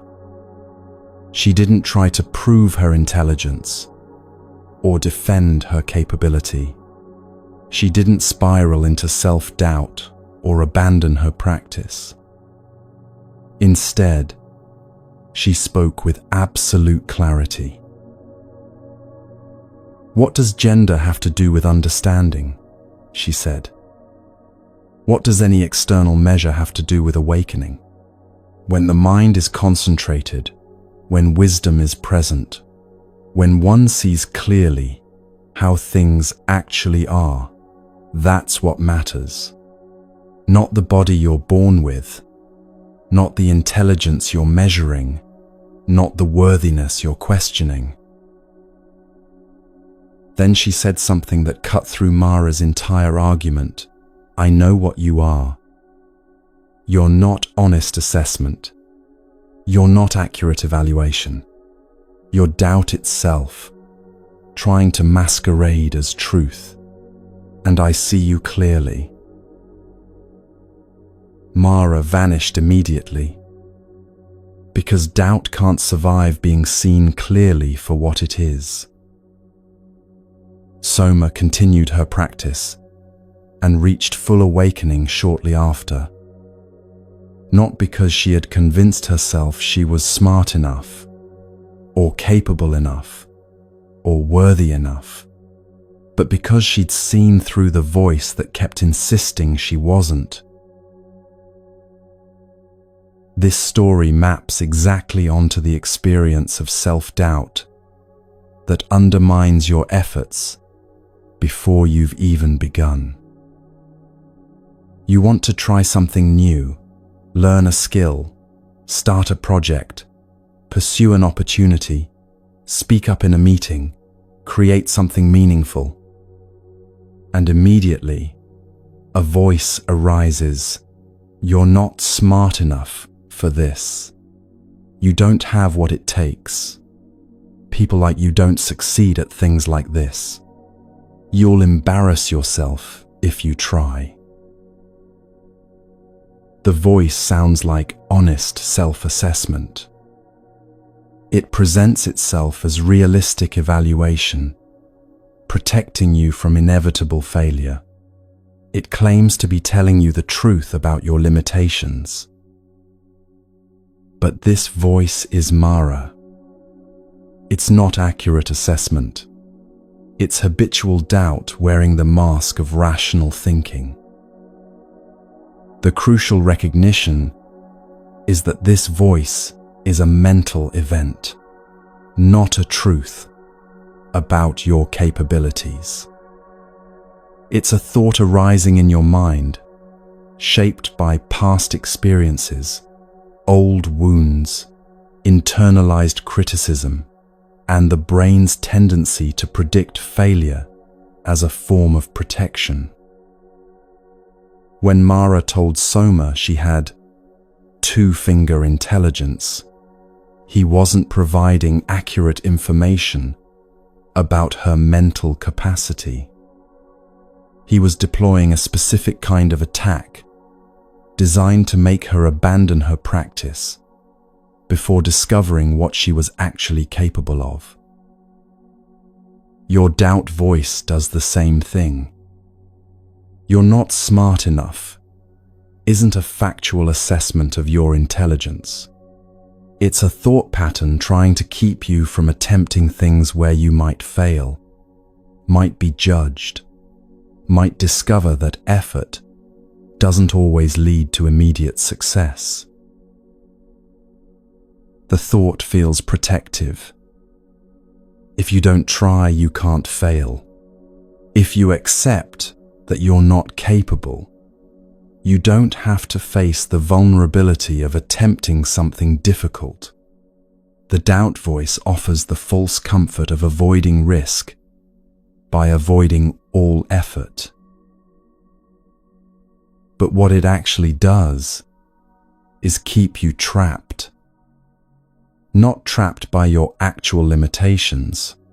Everyone has genuine limitations, but trapped by the fear of discovering what you might be capable of if you stopped listening to the voice that insists you're not capable of anything.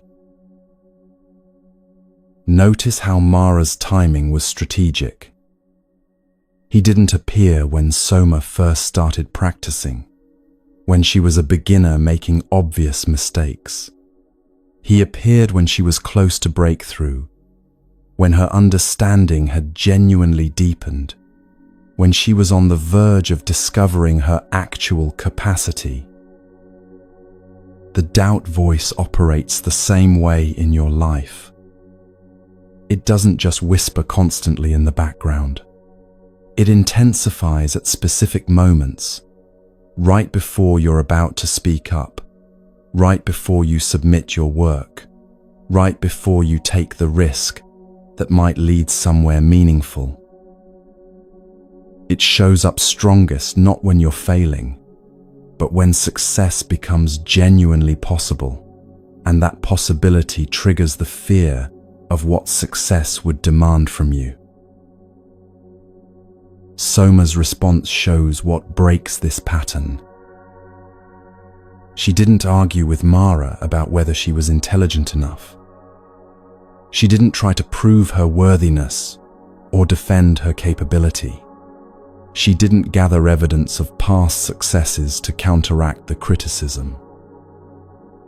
She simply recognized the voice for what it was: doubt itself, not truth.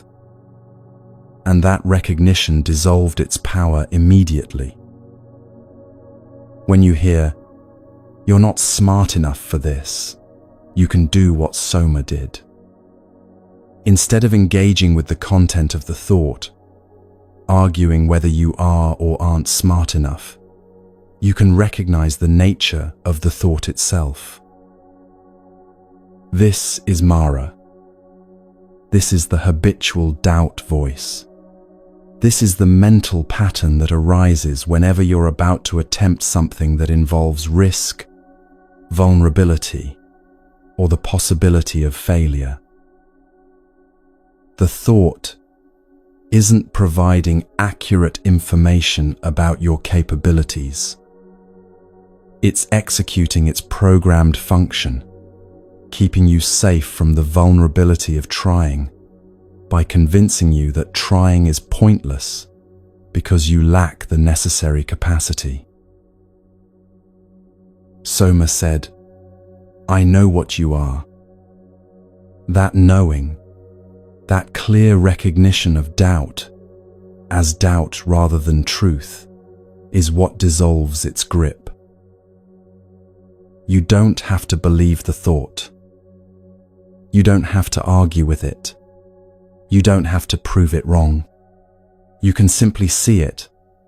This is the doubt voice, doing what it does.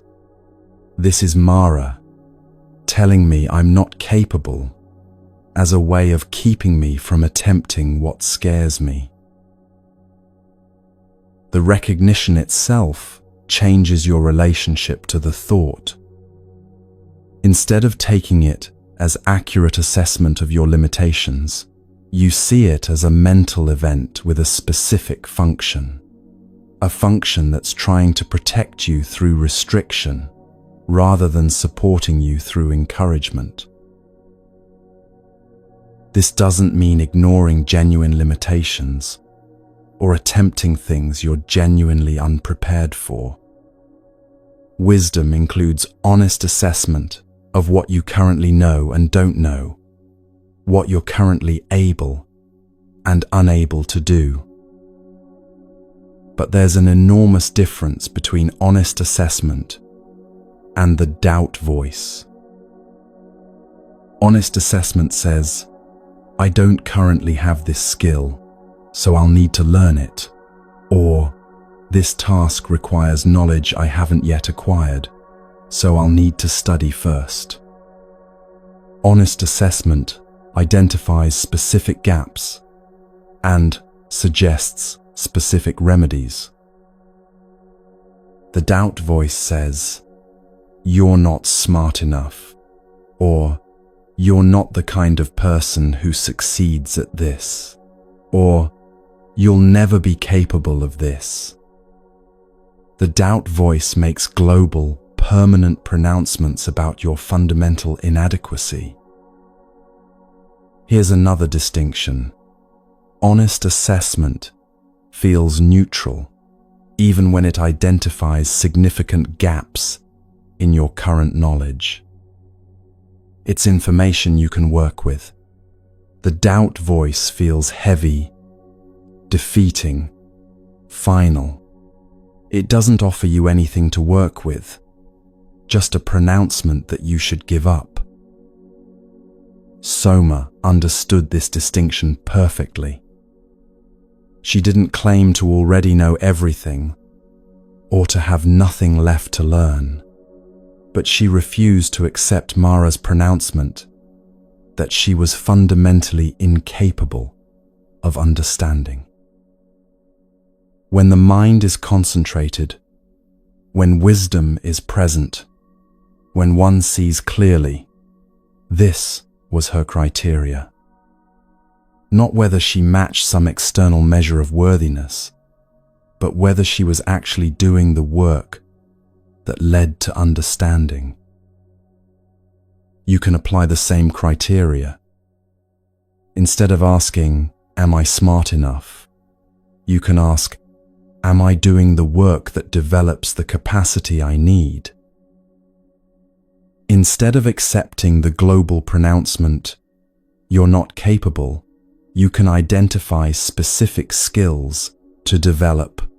I don't currently understand this concept, so I'll study it. Or, I haven't practiced this skill enough yet, so I'll practice more. The shift is from fixed pronouncements about permanent inadequacy to accurate assessment of current state, plus recognition that capacities can be developed through effort. Mara wants you to believe you're trapped by permanent limitations. Soma knew that understanding develops through practice, wisdom grows through effort, and capability expands through engagement with challenge. She also knew something else crucial. Doubt itself is not evidence of inadequacy. When the doubt voice arises, you often take its presence as proof that it's telling the truth. I must not be capable. Look how much doubt I'm feeling. But doubt is a mental habit, not an accurate gauge of your actual capacity. Highly capable people experience intense doubt. People who've achieved remarkable things often struggle with voices telling them they're not good enough. The presence of the doubt voice doesn't tell you anything about your actual capabilities. It tells you that your mind has learned to doubt as a protective strategy. Soma experienced Mara's voice just as she was approaching genuine breakthrough. The doubt didn't arise because she was failing. It arose because she was succeeding, and Mara's function is to prevent success by undermining confidence before breakthrough can occur. Your doubt voice often intensifies exactly when you're about to make progress. It shows up strongest when you're attempting something meaningful, something that matters to you, something where success would require you to expand beyond your current sense of who you are. This is not evidence that you should stop. This is evidence that you're attempting something significant enough to trigger the protective mechanism that wants to keep you safe through limitation. Soma's final insight was the most important. She continued her practice, despite the doubt voice. She didn't wait until she felt confident. She didn't postpone her efforts until the doubt resolved. She simply continued doing what led to understanding, and the doubt eventually dissolved on its own because it couldn't survive contact with actual experience of growing capability. This is the path through doubt. Not arguing with it, not trying to feel differently, but continuing the work despite the voice that says you're not capable. Each time you proceed despite the doubt, you gather evidence that the doubt voice is not an accurate predictor of your actual capacity. You learn that "I'm not smart enough" is a thought, not a fact. You discover that capability develops through engagement, not through waiting until you feel capable enough to begin. The doubt voice will still arise tomorrow. It will still tell you you're not smart enough, not capable enough, not the kind of person who succeeds. But each time you recognize it as Mara rather than truth, each time you continue your work despite its presence, its grip weakens slightly. Not because you've defeated it, but because you've stopped giving it authority over what you attempt. Tonight, when the voice arises telling you you're not smart enough, not capable enough, not the kind of person who succeeds at what you're attempting, remember Soma sitting under her tree. Remember that she recognized the voice for what it was. Not honest assessment, but doubt trying to masquerade as truth. Remember that she didn't argue with it or try to prove it wrong. She simply saw it clearly. "I know what you are," and that seeing dissolved its power. You can do the same. When the doubt voice speaks, you can recognize it. This is Mara. This is the habitual doubt pattern. This is not accurate assessment of my capabilities. This is the protective mechanism trying to keep me safe through limitation.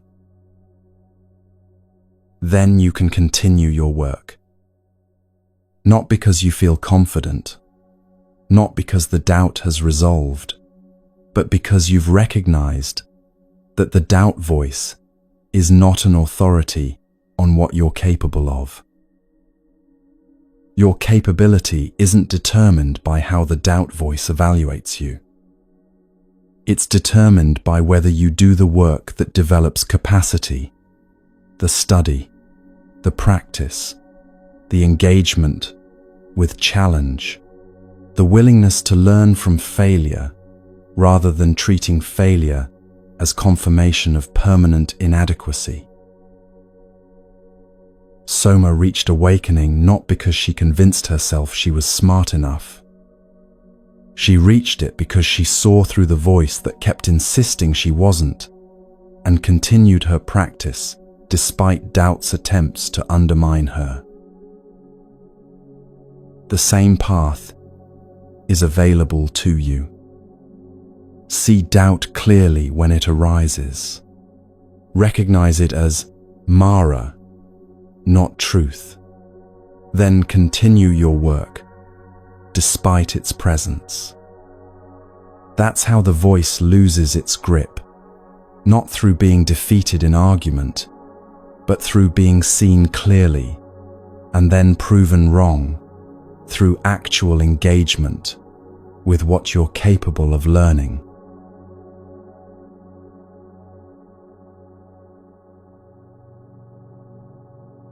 A merchant traveled through the forest, carrying valuable goods to sell in the next city. The journey was long, and as evening approached, he decided to rest beside a clear pool of water. As he sat by the pool's edge, he saw something that made his blood run cold. There, in the water, was a tiger, enormous, teeth bared, ready to attack. The merchant leapt to his feet in terror. He grabbed his possessions and ran blindly into the darkening forest, crashing through undergrowth, stumbling over roots, fleeing from the certain death he'd seen reflected in the water. He ran until exhaustion forced him to stop. His valuable goods were scattered behind him, lost in his panicked flight. His clothes were torn. His body was covered in scratches from thorns and branches. And he was completely lost, alone in the dark forest, with no idea how to find his way back to the road.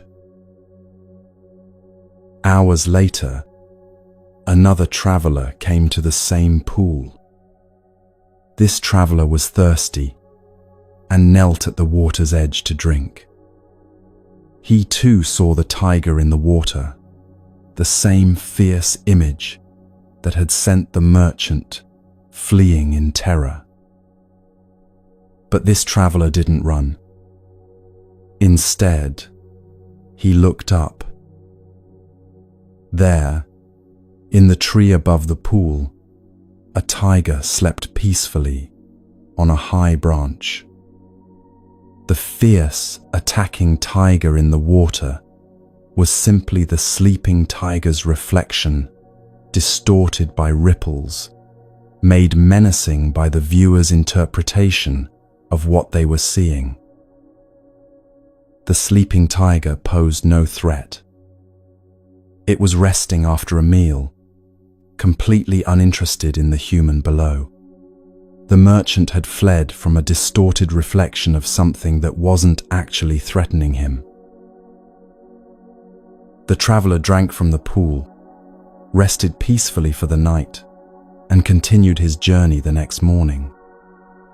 The merchant, meanwhile, spent days finding his way back to the road, having lost everything he'd carried and gained nothing but exhaustion and injury from fleeing a danger that existed only in reflection. This teaching story captures exactly how you relate to your thoughts most of the time. A thought arises. I'm going to fail at this. They're judging me. Something terrible is about to happen. I'm not good enough. And you react to it as if it's an accurate representation of reality. You don't pause to examine whether the thought is true. You don't look up to see what's actually there. You see the reflection and immediately flee, defend, attack, or collapse based on what the thought is telling you. The merchant saw a fierce tiger in the water and ran without investigating further. You see a threatening thought in your mind and react without investigating whether it accurately reflects reality. But here's what the teaching reveals. Thoughts are reflections, not reality itself. When you think, I'm going to fail at this, That thought is not a fact about the future. It's a mental event arising in the present moment, shaped by past experiences, current anxiety, habitual patterns of prediction, but it's not an accurate preview of what will actually happen. When you think, "They're judging me," that thought is not direct access to what's occurring in someone else's mind. It's your interpretation, your projection, your fear taking the form of a confident pronouncement about what others are thinking. The thought feels real. It feels like truth. It appears in your consciousness with such immediacy and certainty that questioning it seems absurd. The merchant saw the tiger in the water with his own eyes. Of course it was real. You hear the thought in your own mind with complete clarity. Of course it's accurate. But the tiger in the water was a reflection, distorted by ripples and misinterpreted by fear. And the thought in your mind is also a reflection, a mental representation of reality, not reality itself, distorted by cognitive biases and emotional states and habitual patterns of interpretation. The crucial difference between the merchant and the second traveler wasn't that one was smarter or braver. The difference was that one believed the reflection immediately while the other paused to investigate what was actually there. You can cultivate the same capacity. When a thought arises, instead of immediately believing it and reacting to it, you can pause and recognize, this is a thought. This is a mental event. This is not necessarily an accurate representation of reality. This recognition, this simple seeing that thoughts are mental events rather than facts, changes everything. The merchant experienced real terror, real exhaustion, real loss, all because he believed a reflection without investigating the reality it supposedly represented. You experience real anxiety, real suffering, real limitation, much of it because you believe thoughts without investigating whether they accurately reflect what's actually true. Consider what happens when the thought, "I'm going to fail," arises. If you believe it immediately, your body responds as if failure is already happening. Your stress levels spike. Your confidence drops. Your performance often deteriorates because you're operating from a state of anticipated failure rather than present moment engagement with the task. You might even avoid the task entirely, creating actual failure by fleeing from the thought of failure. But if you recognize the thought as a mental event rather than a prophecy, something different becomes possible. I'm having the thought that I'm going to fail. This is a more accurate description of what's actually happening.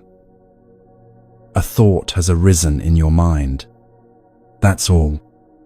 It might be accurate, or it might not be. It's a prediction your mind has generated, not a fact about what will happen.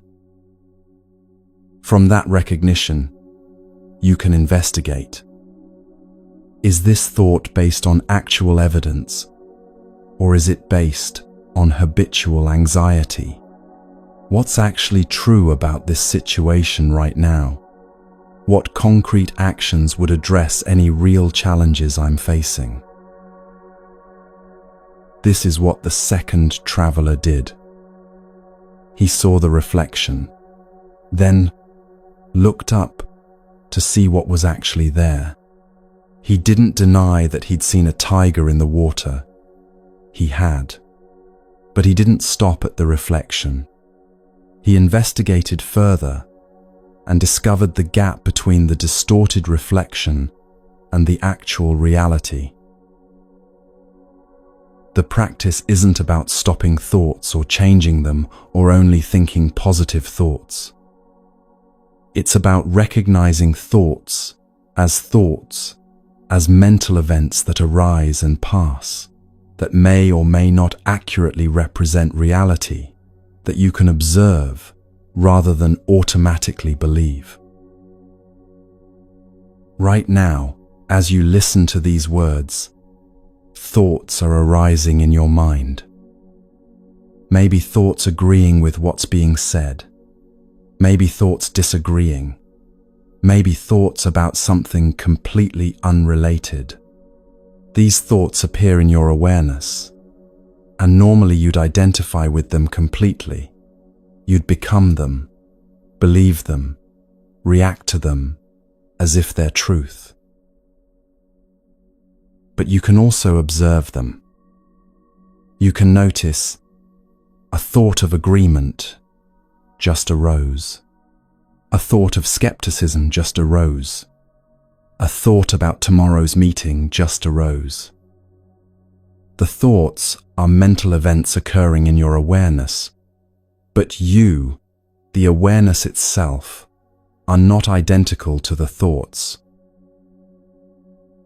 This distinction is subtle, but revolutionary. When you're identified with thoughts, you are your thoughts. When the thought, "I'm inadequate," arises, you become inadequate. When the thought, "I'm anxious," arises, you become anxiety itself. There's no gap between the thought and your sense of self. But when you observe thoughts, you're the awareness that notices thoughts arising and passing. When the thought, "I'm inadequate," arises, you can observe the inadequacy thought is present again. Interesting how reliably it shows up in certain situations. You're no longer the thought, you're the awareness that witnesses the thought's appearance. The merchant was completely identified with his interpretation of what he saw. There was no gap between seeing the reflection and believing it represented an attacking tiger. The interpretation and the reality collapsed into one, and he reacted to his interpretation as if it were fact. The second traveler maintained a gap. He saw the reflection, recognized it as a reflection, and investigated what it was reflecting. He didn't deny his perception, but he didn't immediately collapse his perception into reality without further investigation. You can practice this same gap. When a thought arises, instead of becoming it, you can notice it. The judgment thought is here. The anxiety thought is here. The catastrophe thought is here. You're naming what's present in your awareness without becoming what you're naming. This doesn't make difficult thoughts pleasant. The thought, "I'm going to fail," still carries emotional charge. But there's a profound difference between being that thought, collapsing into identification with failure, and observing that thought as a mental event that's currently present. One keeps you trapped in the content of the thought. The other gives you space to see the thought clearly and respond wisely rather than reacting automatically. The merchant's reaction was automatic.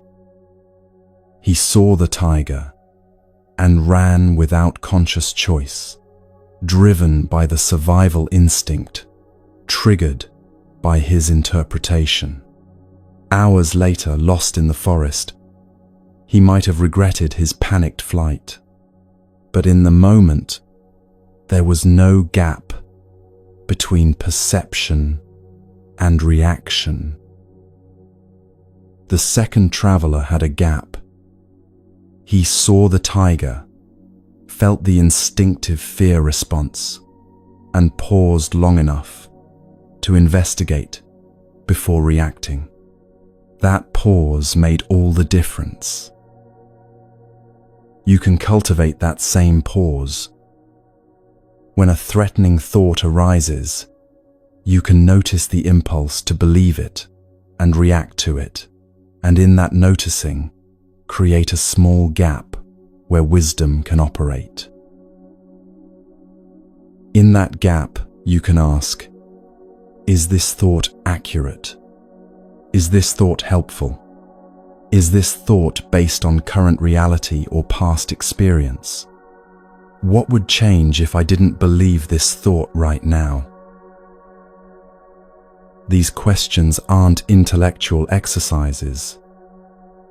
They're the practical application of seeing thoughts as mental events rather than as truth. The merchant spent days recovering from his flight from a reflection.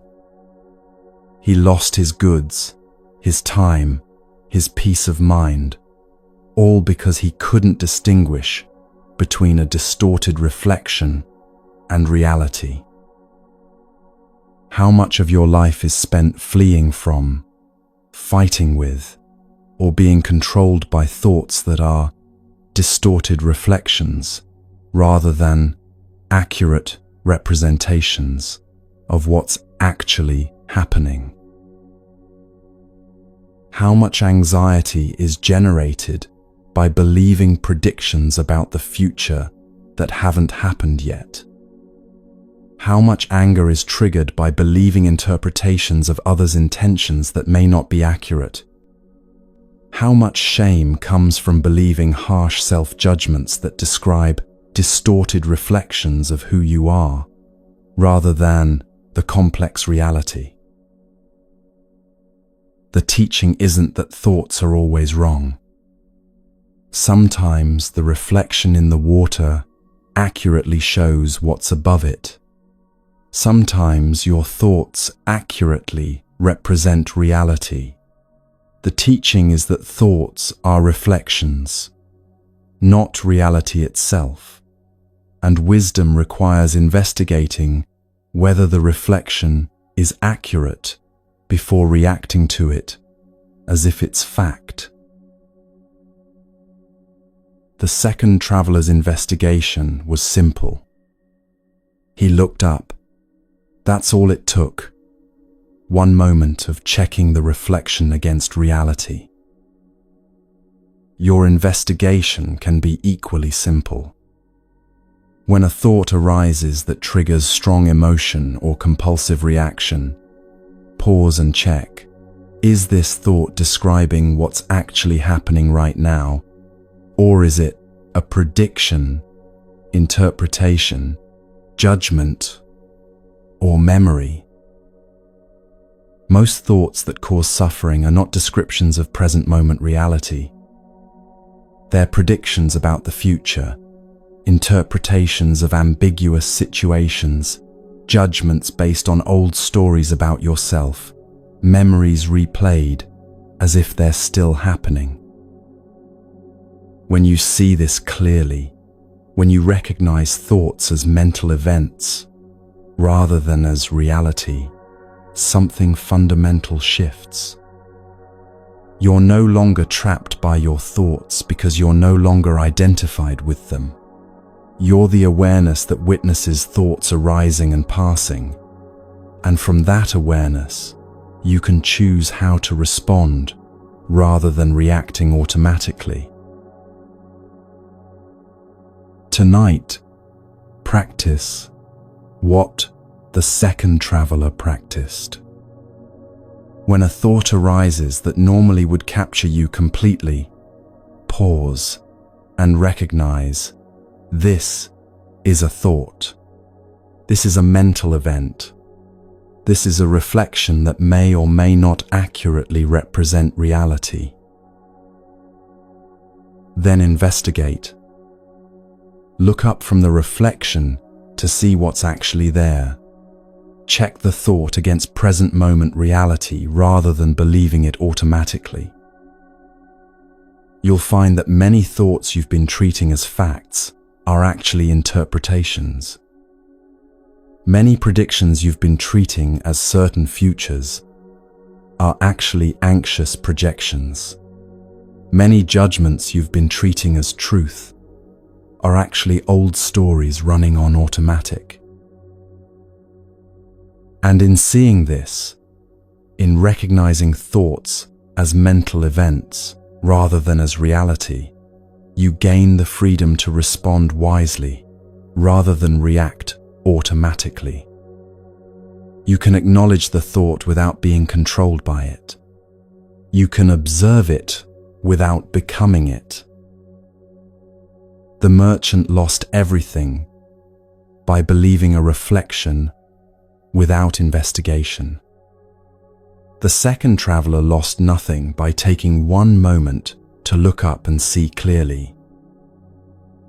That same choice is available to you with every thought that arises. Believe the reflection automatically, or pause to investigate what's actually true. React to the mental event as if it's fact, or observe it as a thought arising in awareness. The difference between these two approaches is the difference between being trapped by your thoughts and being free to respond wisely to what's actually happening. The tiger in the water was never attacking. It was sleeping peacefully in the tree. Most of what your thoughts tell you is threatening, inadequate, or catastrophic exists only in reflection, distorted by fear, misinterpreted by habit, believed without investigation. Look up. See what's actually there. Recognize thoughts as thoughts, not as truth. That recognition is the beginning of freedom.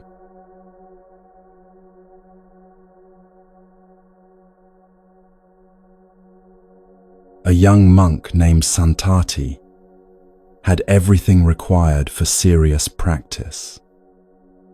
He had a quiet monastery, supportive teachers, all the time he needed for meditation, and genuine motivation to understand his mind.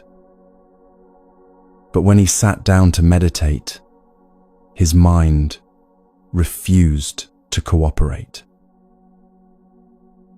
Some days, he'd sit down with clear intention to observe his breath, and within seconds, his mind would be filled with desires. Not just small preferences, but compelling fantasies about the life he'd left behind, specific foods he missed, conversations he wished he could have, experiences he longed for. His body would feel restless, pulled toward pursuing these desires, and his meditation would dissolve into elaborate daydreams about a different life. Other days, the problem wasn't desire, but its opposite. He'd sit down and immediately feel irritation rising, annoyance at the bird sounds outside, resistance to the physical discomfort of sitting, anger at his own inability to concentrate. Everything felt wrong, and his meditation became a battle against everything he was experiencing, rather than clear observation of it. Sometimes a heavy drowsiness would descend the moment he closed his eyes. His mind would feel thick, foggy, unable to maintain attention for more than a few seconds before sliding into a semi-sleep state. He'd jerk awake repeatedly, frustrated by his inability to stay alert, then slide back into the same murky drowsiness. Then there were days when his mind felt like a whirlwind. Thoughts spinning rapidly, anxiety about whether he was doing the practice correctly, worry about what others thought of his progress, planning for later in the day, replaying earlier conversations. His mind wouldn't settle for even a moment, jumping frantically from thought to thought, like a monkey leaping between branches. And underlying all of this was a deeper problem: doubt. Doubt about whether the practice actually worked. Doubt about his own capacity to do it correctly. Doubt about whether he should even be trying this path, or if he'd made a terrible mistake leaving his previous life. The doubt would undermine every attempt to practice, questioning the value of what he was doing, even as he was doing it. After weeks of this struggle, Santati approached his teacher in desperation. "I can't meditate," he said. "Every time I sit down, my mind becomes impossible. I'm worse at this than when I started." His teacher listened quietly, then said, "Describe what happens when you try to meditate." Santati described the desires that pulled him into fantasy, the aversion that turned everything into a problem, the drowsiness that fogged his mind, the restlessness that kept his thoughts spinning, the doubt that questioned everything. "Good," the teacher said. "You're seeing clearly what arises. But these things prevent meditation," Santati protested. "They're obstacles. They make practice impossible." "They're not preventing your meditation," the teacher said. "They are your meditation. These mental states you're describing, desire, aversion, drowsiness, restlessness, doubt, these are what you're here to understand. They're not obstacles to the practice. They're what the practice reveals." Santati sat in confused silence. "You think meditation means having a calm, quiet mind," his teacher continued. "So when desire arises, you treat it as failure. When aversion appears, you think something's gone wrong. When drowsiness clouds your awareness, you believe you're doing it badly. But these states aren't signs of failure. They're exactly what you're supposed to be seeing clearly." The teacher explained that these 5 states, desire, aversion, drowsiness, restlessness, and doubt, are universal obstacles that arise in every human mind. They're not personal failures. They're not signs that you're bad at practice. They're the common hindrances that cloud clarity for everyone, and learning to recognize them clearly is the practice itself. "When desire arises," the teacher said, "don't treat it as the enemy. Recognize it. Desire is present now. Observe how it feels in your body, how it captures your attention, how it pulls you into fantasy about the future. See it clearly without following where it wants to lead you. When aversion appears, same thing. Don't fight against the fighting. Simply notice Aversion is here now. Observe the tension in your body, the way your mind searches for what's wrong, the resistance to what's actually happening. See it operating without being controlled by it. Santati began practicing this way.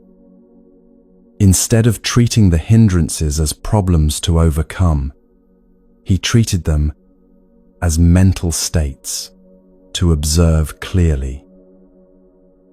When desire arose during meditation, he didn't try to suppress it or feel guilty about it. He simply noted, desire is present.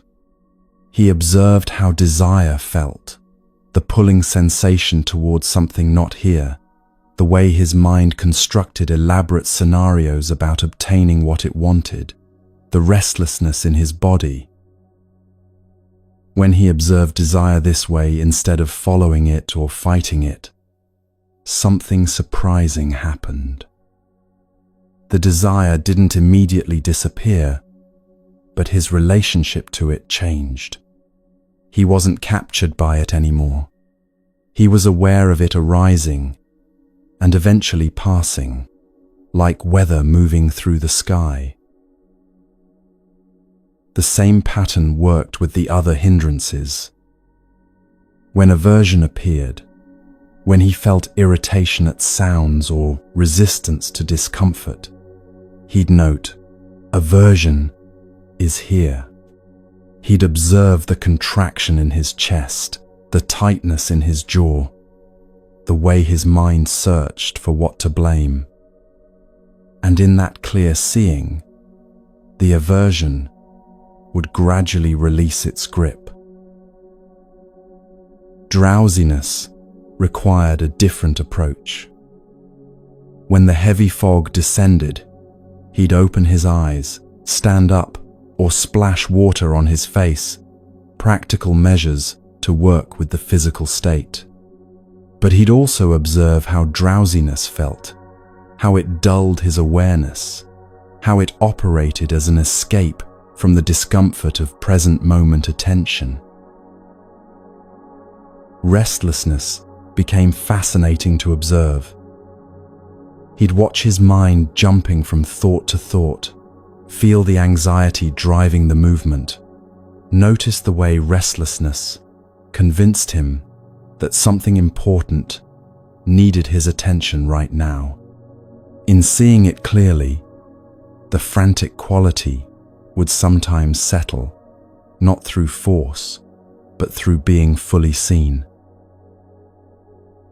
Doubt was the trickiest. When doubt arose, this isn't working, I'm doing it wrong, I should quit.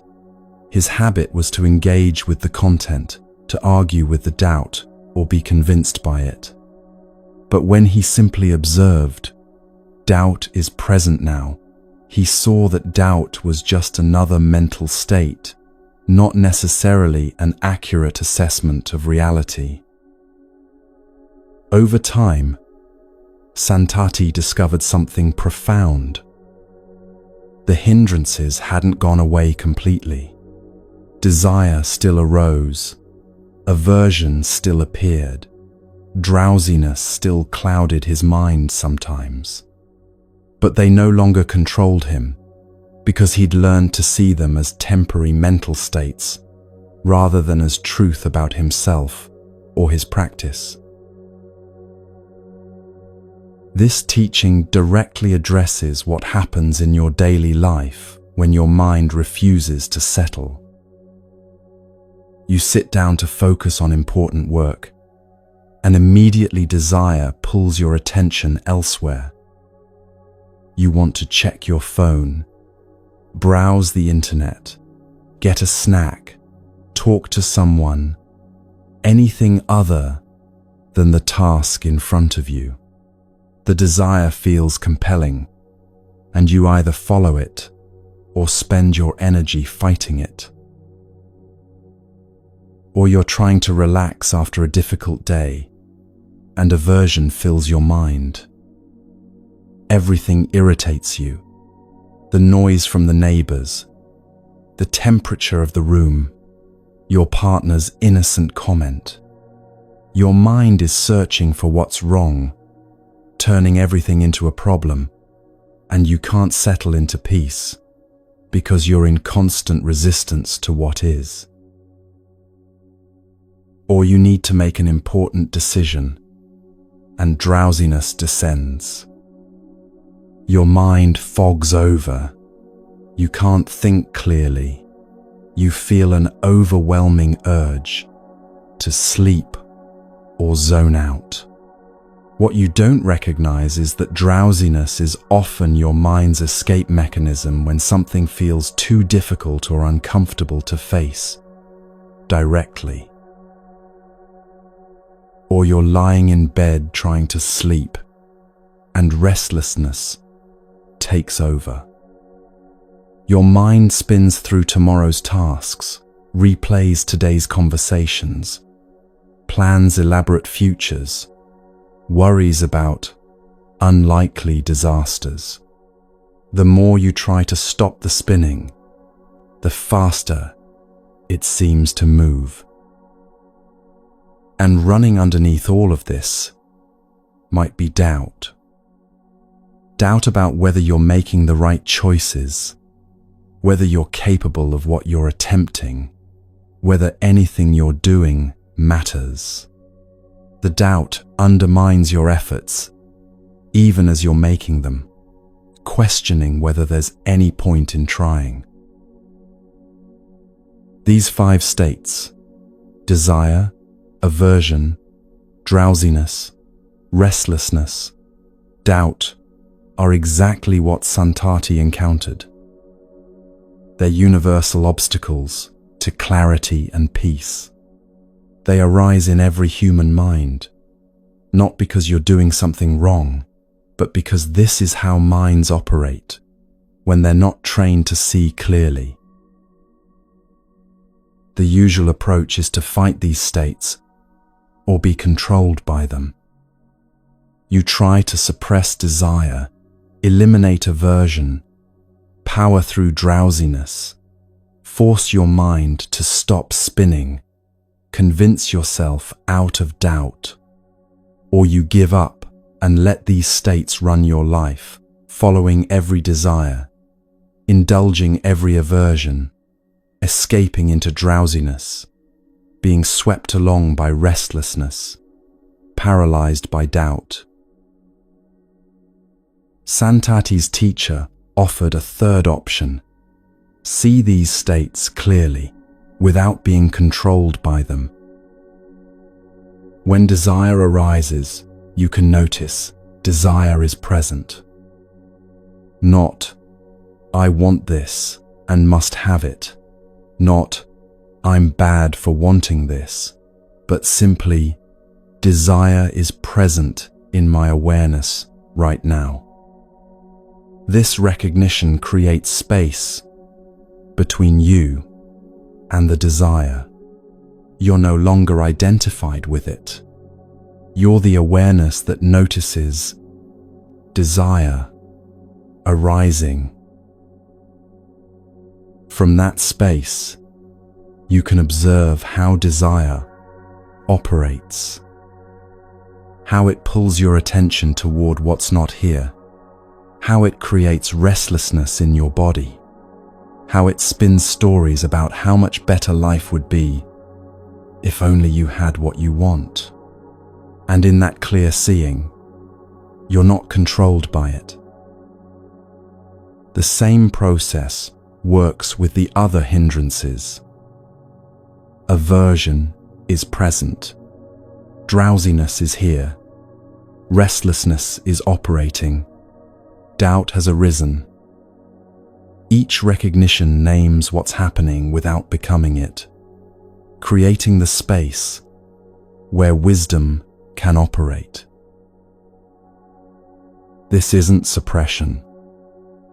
You're not trying to push the states away or pretend they're not there. You're seeing them clearly, fully, with honest recognition of what's present. And it's not indulgence. You're not following where desire wants to lead, believing what doubt claims, or being swept along by restlessness.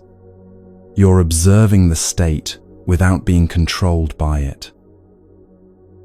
Santati discovered that these hindrances lose much of their power when they're seen clearly.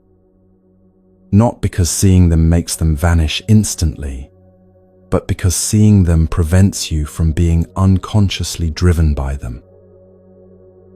Desire still arises in his mind, but now he recognizes it as desire arising, not as truth about what he needs. Aversion still appears, but now he sees it as aversion operating, not as accurate assessment that everything is wrong. Doubt still whispers its undermining messages, but now he knows doubt as a mental state, not as wise counsel about what's possible. You can develop the same clarity. When your mind refuses to settle, when these familiar obstacles arise, you can practice what Santati learned. Recognize what's present without fighting it or following it. Desire is here right now. Feel it. See it clearly, but don't follow where it wants to lead you. Aversion is operating right now. Notice the resistance, the searching for what's wrong, but don't let it control your response to what's happening.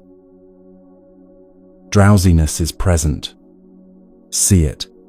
Take practical steps if needed to increase alertness, but recognize it as a mental state rather than an accurate message that you should escape.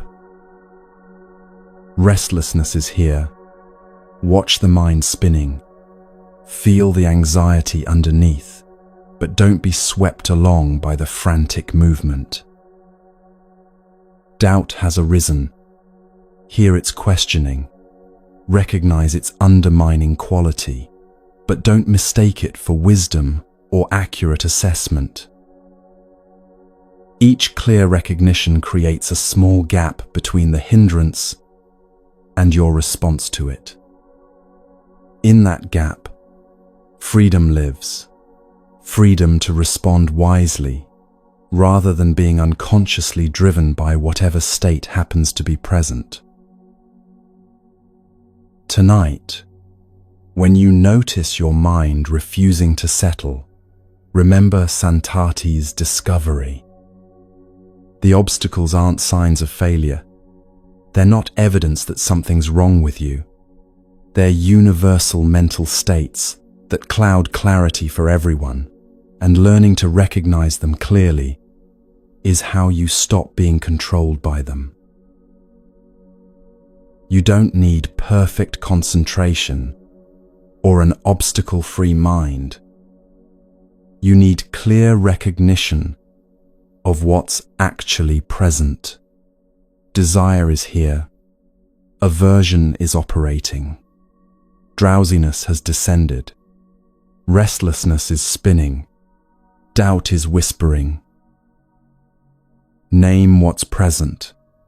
See it clearly. And that clear seeing itself changes your relationship to it. You're no longer unconsciously driven by these states because you've learned to recognize them as temporary mental events rather than as truth about yourself or reality. That recognition, simple, direct, honest, is what transforms obstacles into opportunities for understanding. The hindrances don't disappear, but they lose their power to run your life without your awareness. And that shift from being controlled to being aware is the beginning of genuine freedom.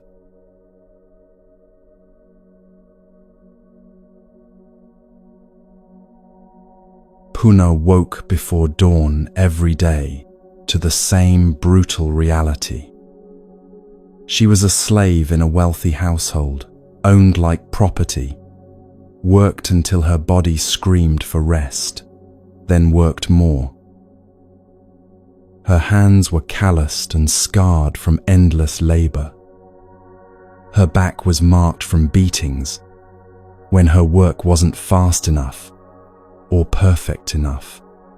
She'd known nothing but servitude since childhood, treated as less than human by people who saw her only as a tool to be used. She had no education, no social standing, no freedom, no hope that her circumstances would ever change.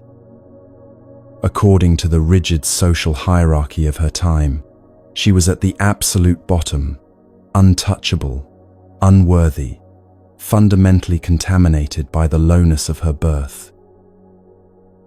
When Buddhist monks came to the household to teach, Puna listened from the kitchen where she prepared their meals.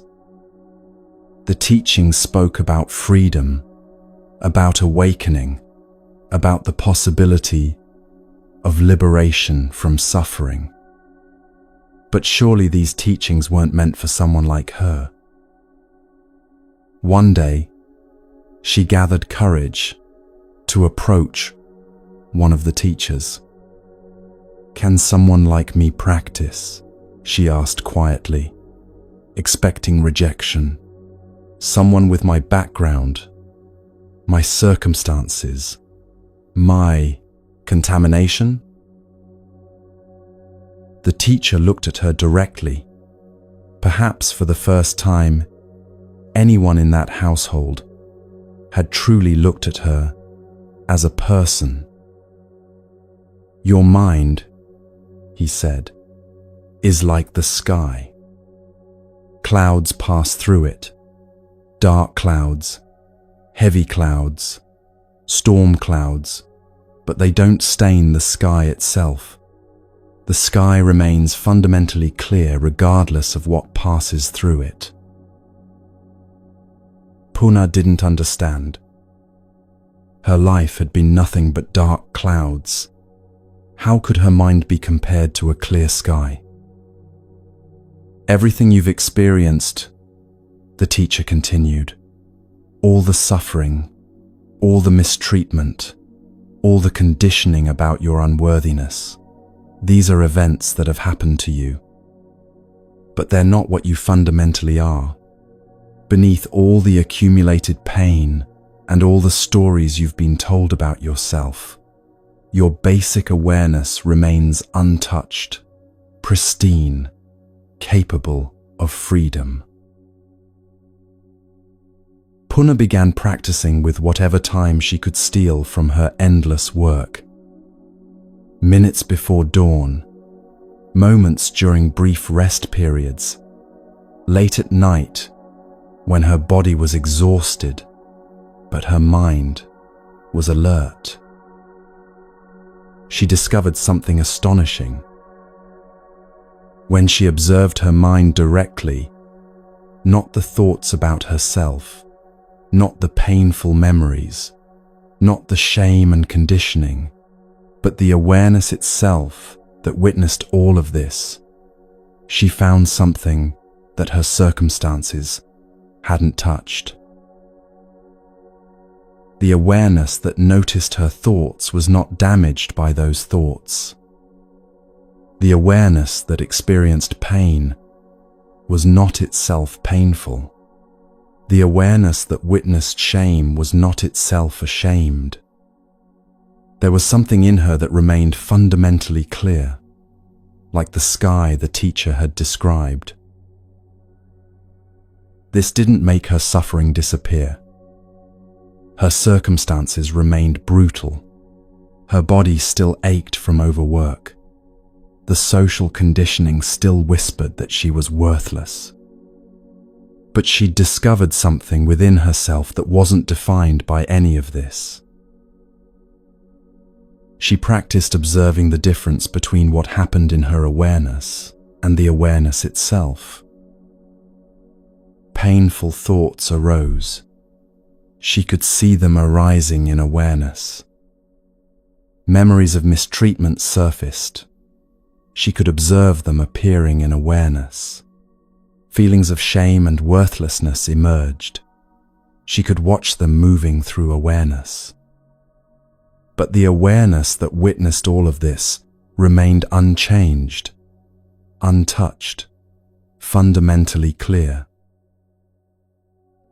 Within months, Puna reached complete awakening. Not because her circumstances had improved, she was still a slave. Not because her past had been erased, those experiences remained part of her history. But because she discovered that her fundamental nature was never contaminated by anything that had happened to her. The awareness at her core, the basic capacity to be conscious, to witness, to know, had been present and pristine through all of it. The suffering was real. The mistreatment was real. But these things had moved through her awareness, like clouds through sky.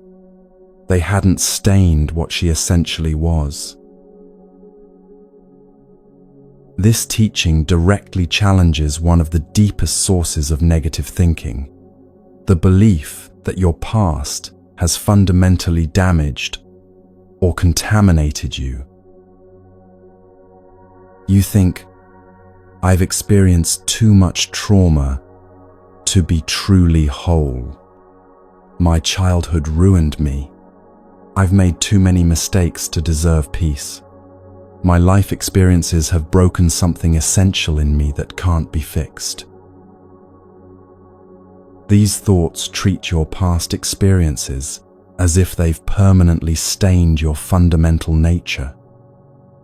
As if difficult experiences have contaminated what you are at your core, leaving you irreparably damaged. But Puna's discovery reveals something radically different. Your awareness itself, the basic capacity to be conscious, to experience, to witness what arises, is not damaged by what it witnesses. Traumatic experiences create painful memories, difficult emotions, conditioned patterns of thought and behavior. These are real, and they can cause genuine suffering, but they don't contaminate the awareness that experiences them. Think about the sky metaphor the teacher offered. A terrible storm passes through the sky. Dark clouds, heavy rain, lightning, thunder. The storm is intense and real. But when the storm passes, the sky itself is unchanged. The sky didn't become stormy in its essential nature. It remained what it always was: clear, open space through which weather moves. Your awareness is like this. Difficult experiences have moved through it. Trauma, loss, shame, pain, conditioning about your unworthiness. These experiences were real, and their effects are real. But they haven't changed the fundamental nature of the awareness that experienced them. Puna had experienced as much suffering as a human could endure. Slavery, physical abuse, social rejection, being treated as subhuman for her entire life. If anyone's fundamental nature should have been contaminated or broken by their experiences, it would be hers. But when she looked directly at her own awareness, she found it untouched. Not untouched in the sense of being unaffected. The pain was real, but untouched in the sense that the awareness itself retained its basic clarity, its capacity for freedom, its pristine nature. This is true for you as well. Whatever you've experienced, however difficult your past has been, the awareness at your core, the basic knowing quality that allows you to be conscious, has not been fundamentally damaged. Painful memories exist. They arise in awareness, and when they arise, you experience the pain associated with them.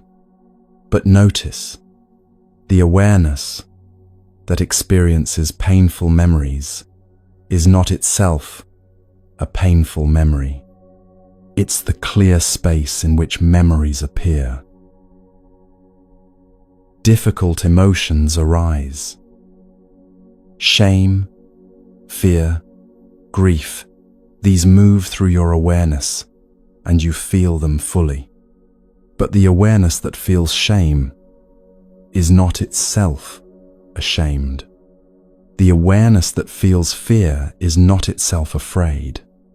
It's the space in which emotions arise and pass.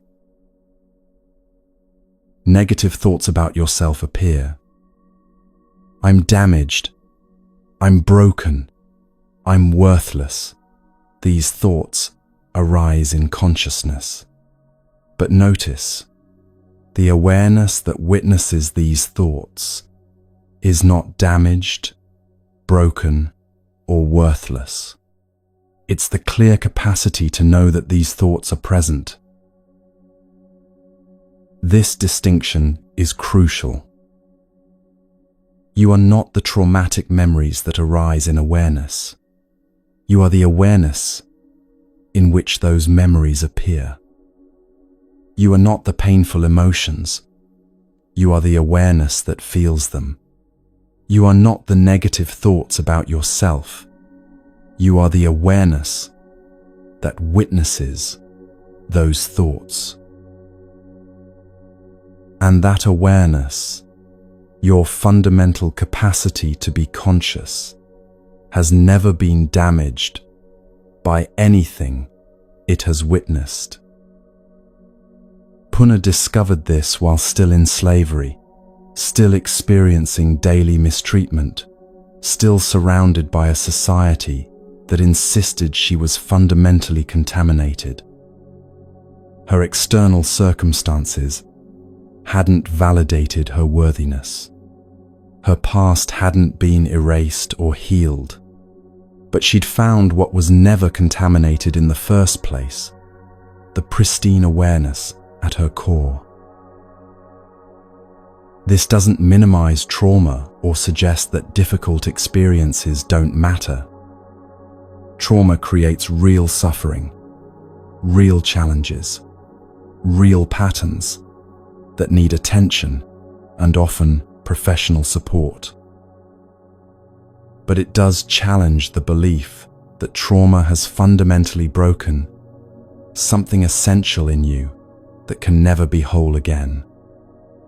It reveals that beneath the trauma, beneath the conditioning, beneath all the stories about damage and contamination, your basic awareness remains clear. You can explore this directly right now. Notice that you're aware of reading these words. Something in you knows that these words are appearing in your consciousness. That knowing capacity, that basic awareness, is what you fundamentally are. Now notice, is that awareness damaged? Not whether painful thoughts or memories are present in it, but is the awareness itself damaged?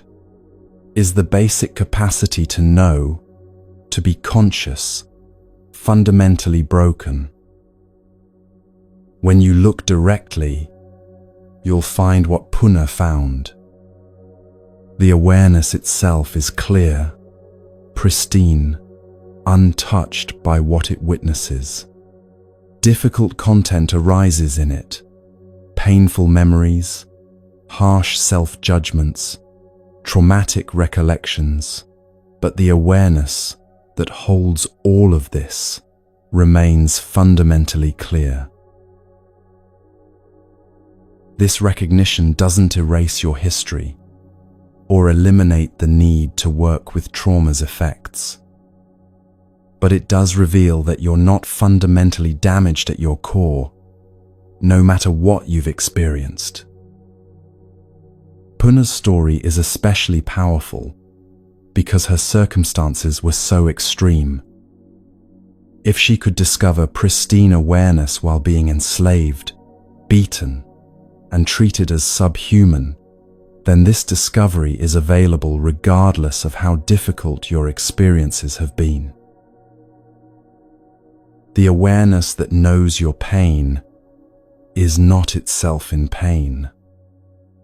The awareness that witnesses your shame is not itself ashamed.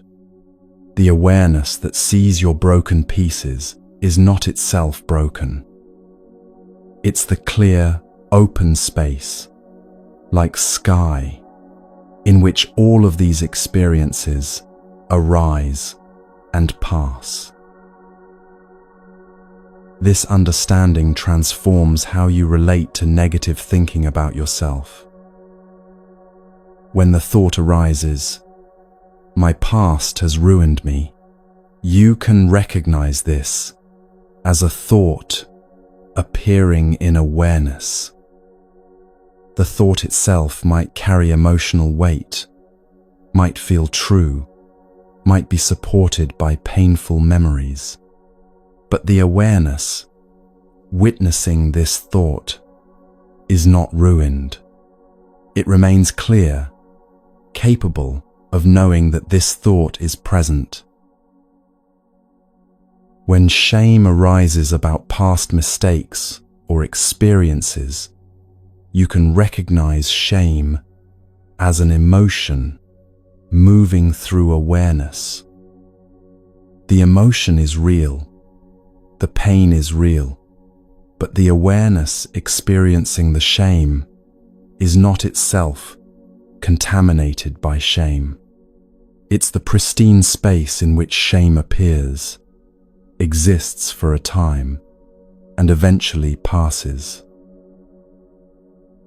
Puna practiced this recognition constantly.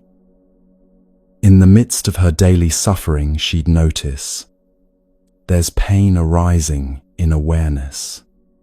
There's the thought, "I'm worthless," appearing in awareness. There's shame moving through awareness. And in that noticing, she remained connected to the awareness itself, the part of her that was never contaminated. You can practice the same recognition.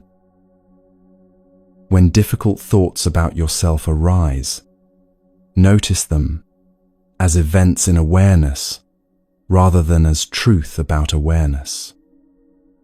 The thought, "I'm damaged," is appearing in my awareness right now. This statement is more accurate than "I'm damaged" because it distinguishes between content arising in consciousness and the consciousness itself. When painful memories surface, notice them as memories appearing in present moment awareness. A memory of past trauma is arising now. The memory is real. The trauma was real. But notice that the awareness holding this memory right now is present, clear, functioning, not trapped in the past, not broken by what it remembers. Gradually, this practice reveals what Puna discovered. You are not your history, not your trauma, not your mistakes, not your conditioning. You are the awareness in which all of this appears. And that awareness has never been fundamentally damaged, no matter what has moved through it. Tonight, when negative thoughts about your past arise, remember Puna in the kitchen of her master's house, discovering freedom while still in chains. Remember that she found pristine awareness, not by changing her circumstances or erasing her history, but by recognizing what was never contaminated in the first place. Your circumstances might be difficult. Your history might include real trauma. Your conditioning might run deep. But the awareness at your core, the basic capacity to know, to be conscious, to witness, remains clear like sky through which all weather passes. You are not what happened to you. You are the awareness that experienced what happened. And that awareness is pristine, untouched, capable of freedom, regardless of what has moved through it. This is what Puna discovered, and what remains available to you in this moment. The recognition that your fundamental nature was never damaged, never contaminated, never broken. The clouds are real, the storms are real, but the sky itself remains clear. And you are the sky, not the weather passing through it.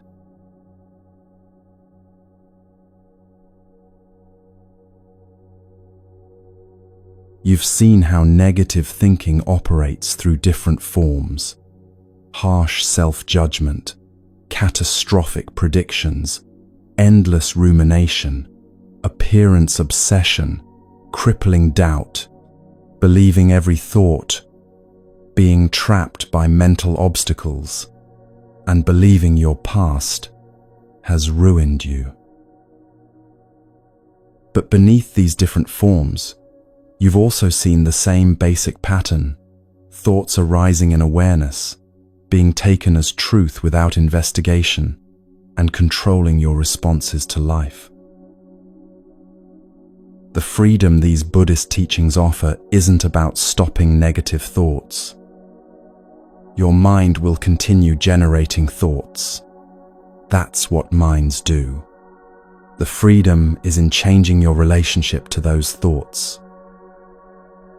When harsh judgment arises, you can recognize it as a thought, not as truth about your worth.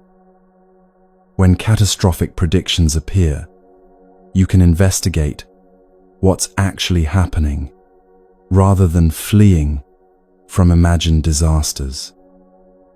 When rumination begins its familiar loop, you can choose presence over repetitive dwelling on the unchangeable past. When thoughts about appearance consume you, you can remember you're not the temporary form being evaluated. When doubt undermines your efforts, you can see it as Mara rather than wisdom. When you believe every thought, you can look up from the reflection to see what's actually there. When mental obstacles arise, you can recognize them clearly rather than being unconsciously driven by them. When you believe your past has damaged you fundamentally, you can recognize the pristine awareness that was never contaminated. This shift, from being controlled by thoughts to witnessing them clearly, is available right now. Not as a distant goal, but as simple recognition of what's already true. You are the awareness witnessing thoughts, not the thoughts themselves. May you know this freedom deeply. May you rest in the clear awareness that remains untouched by what passes through it. May you live free from the tyranny of thought,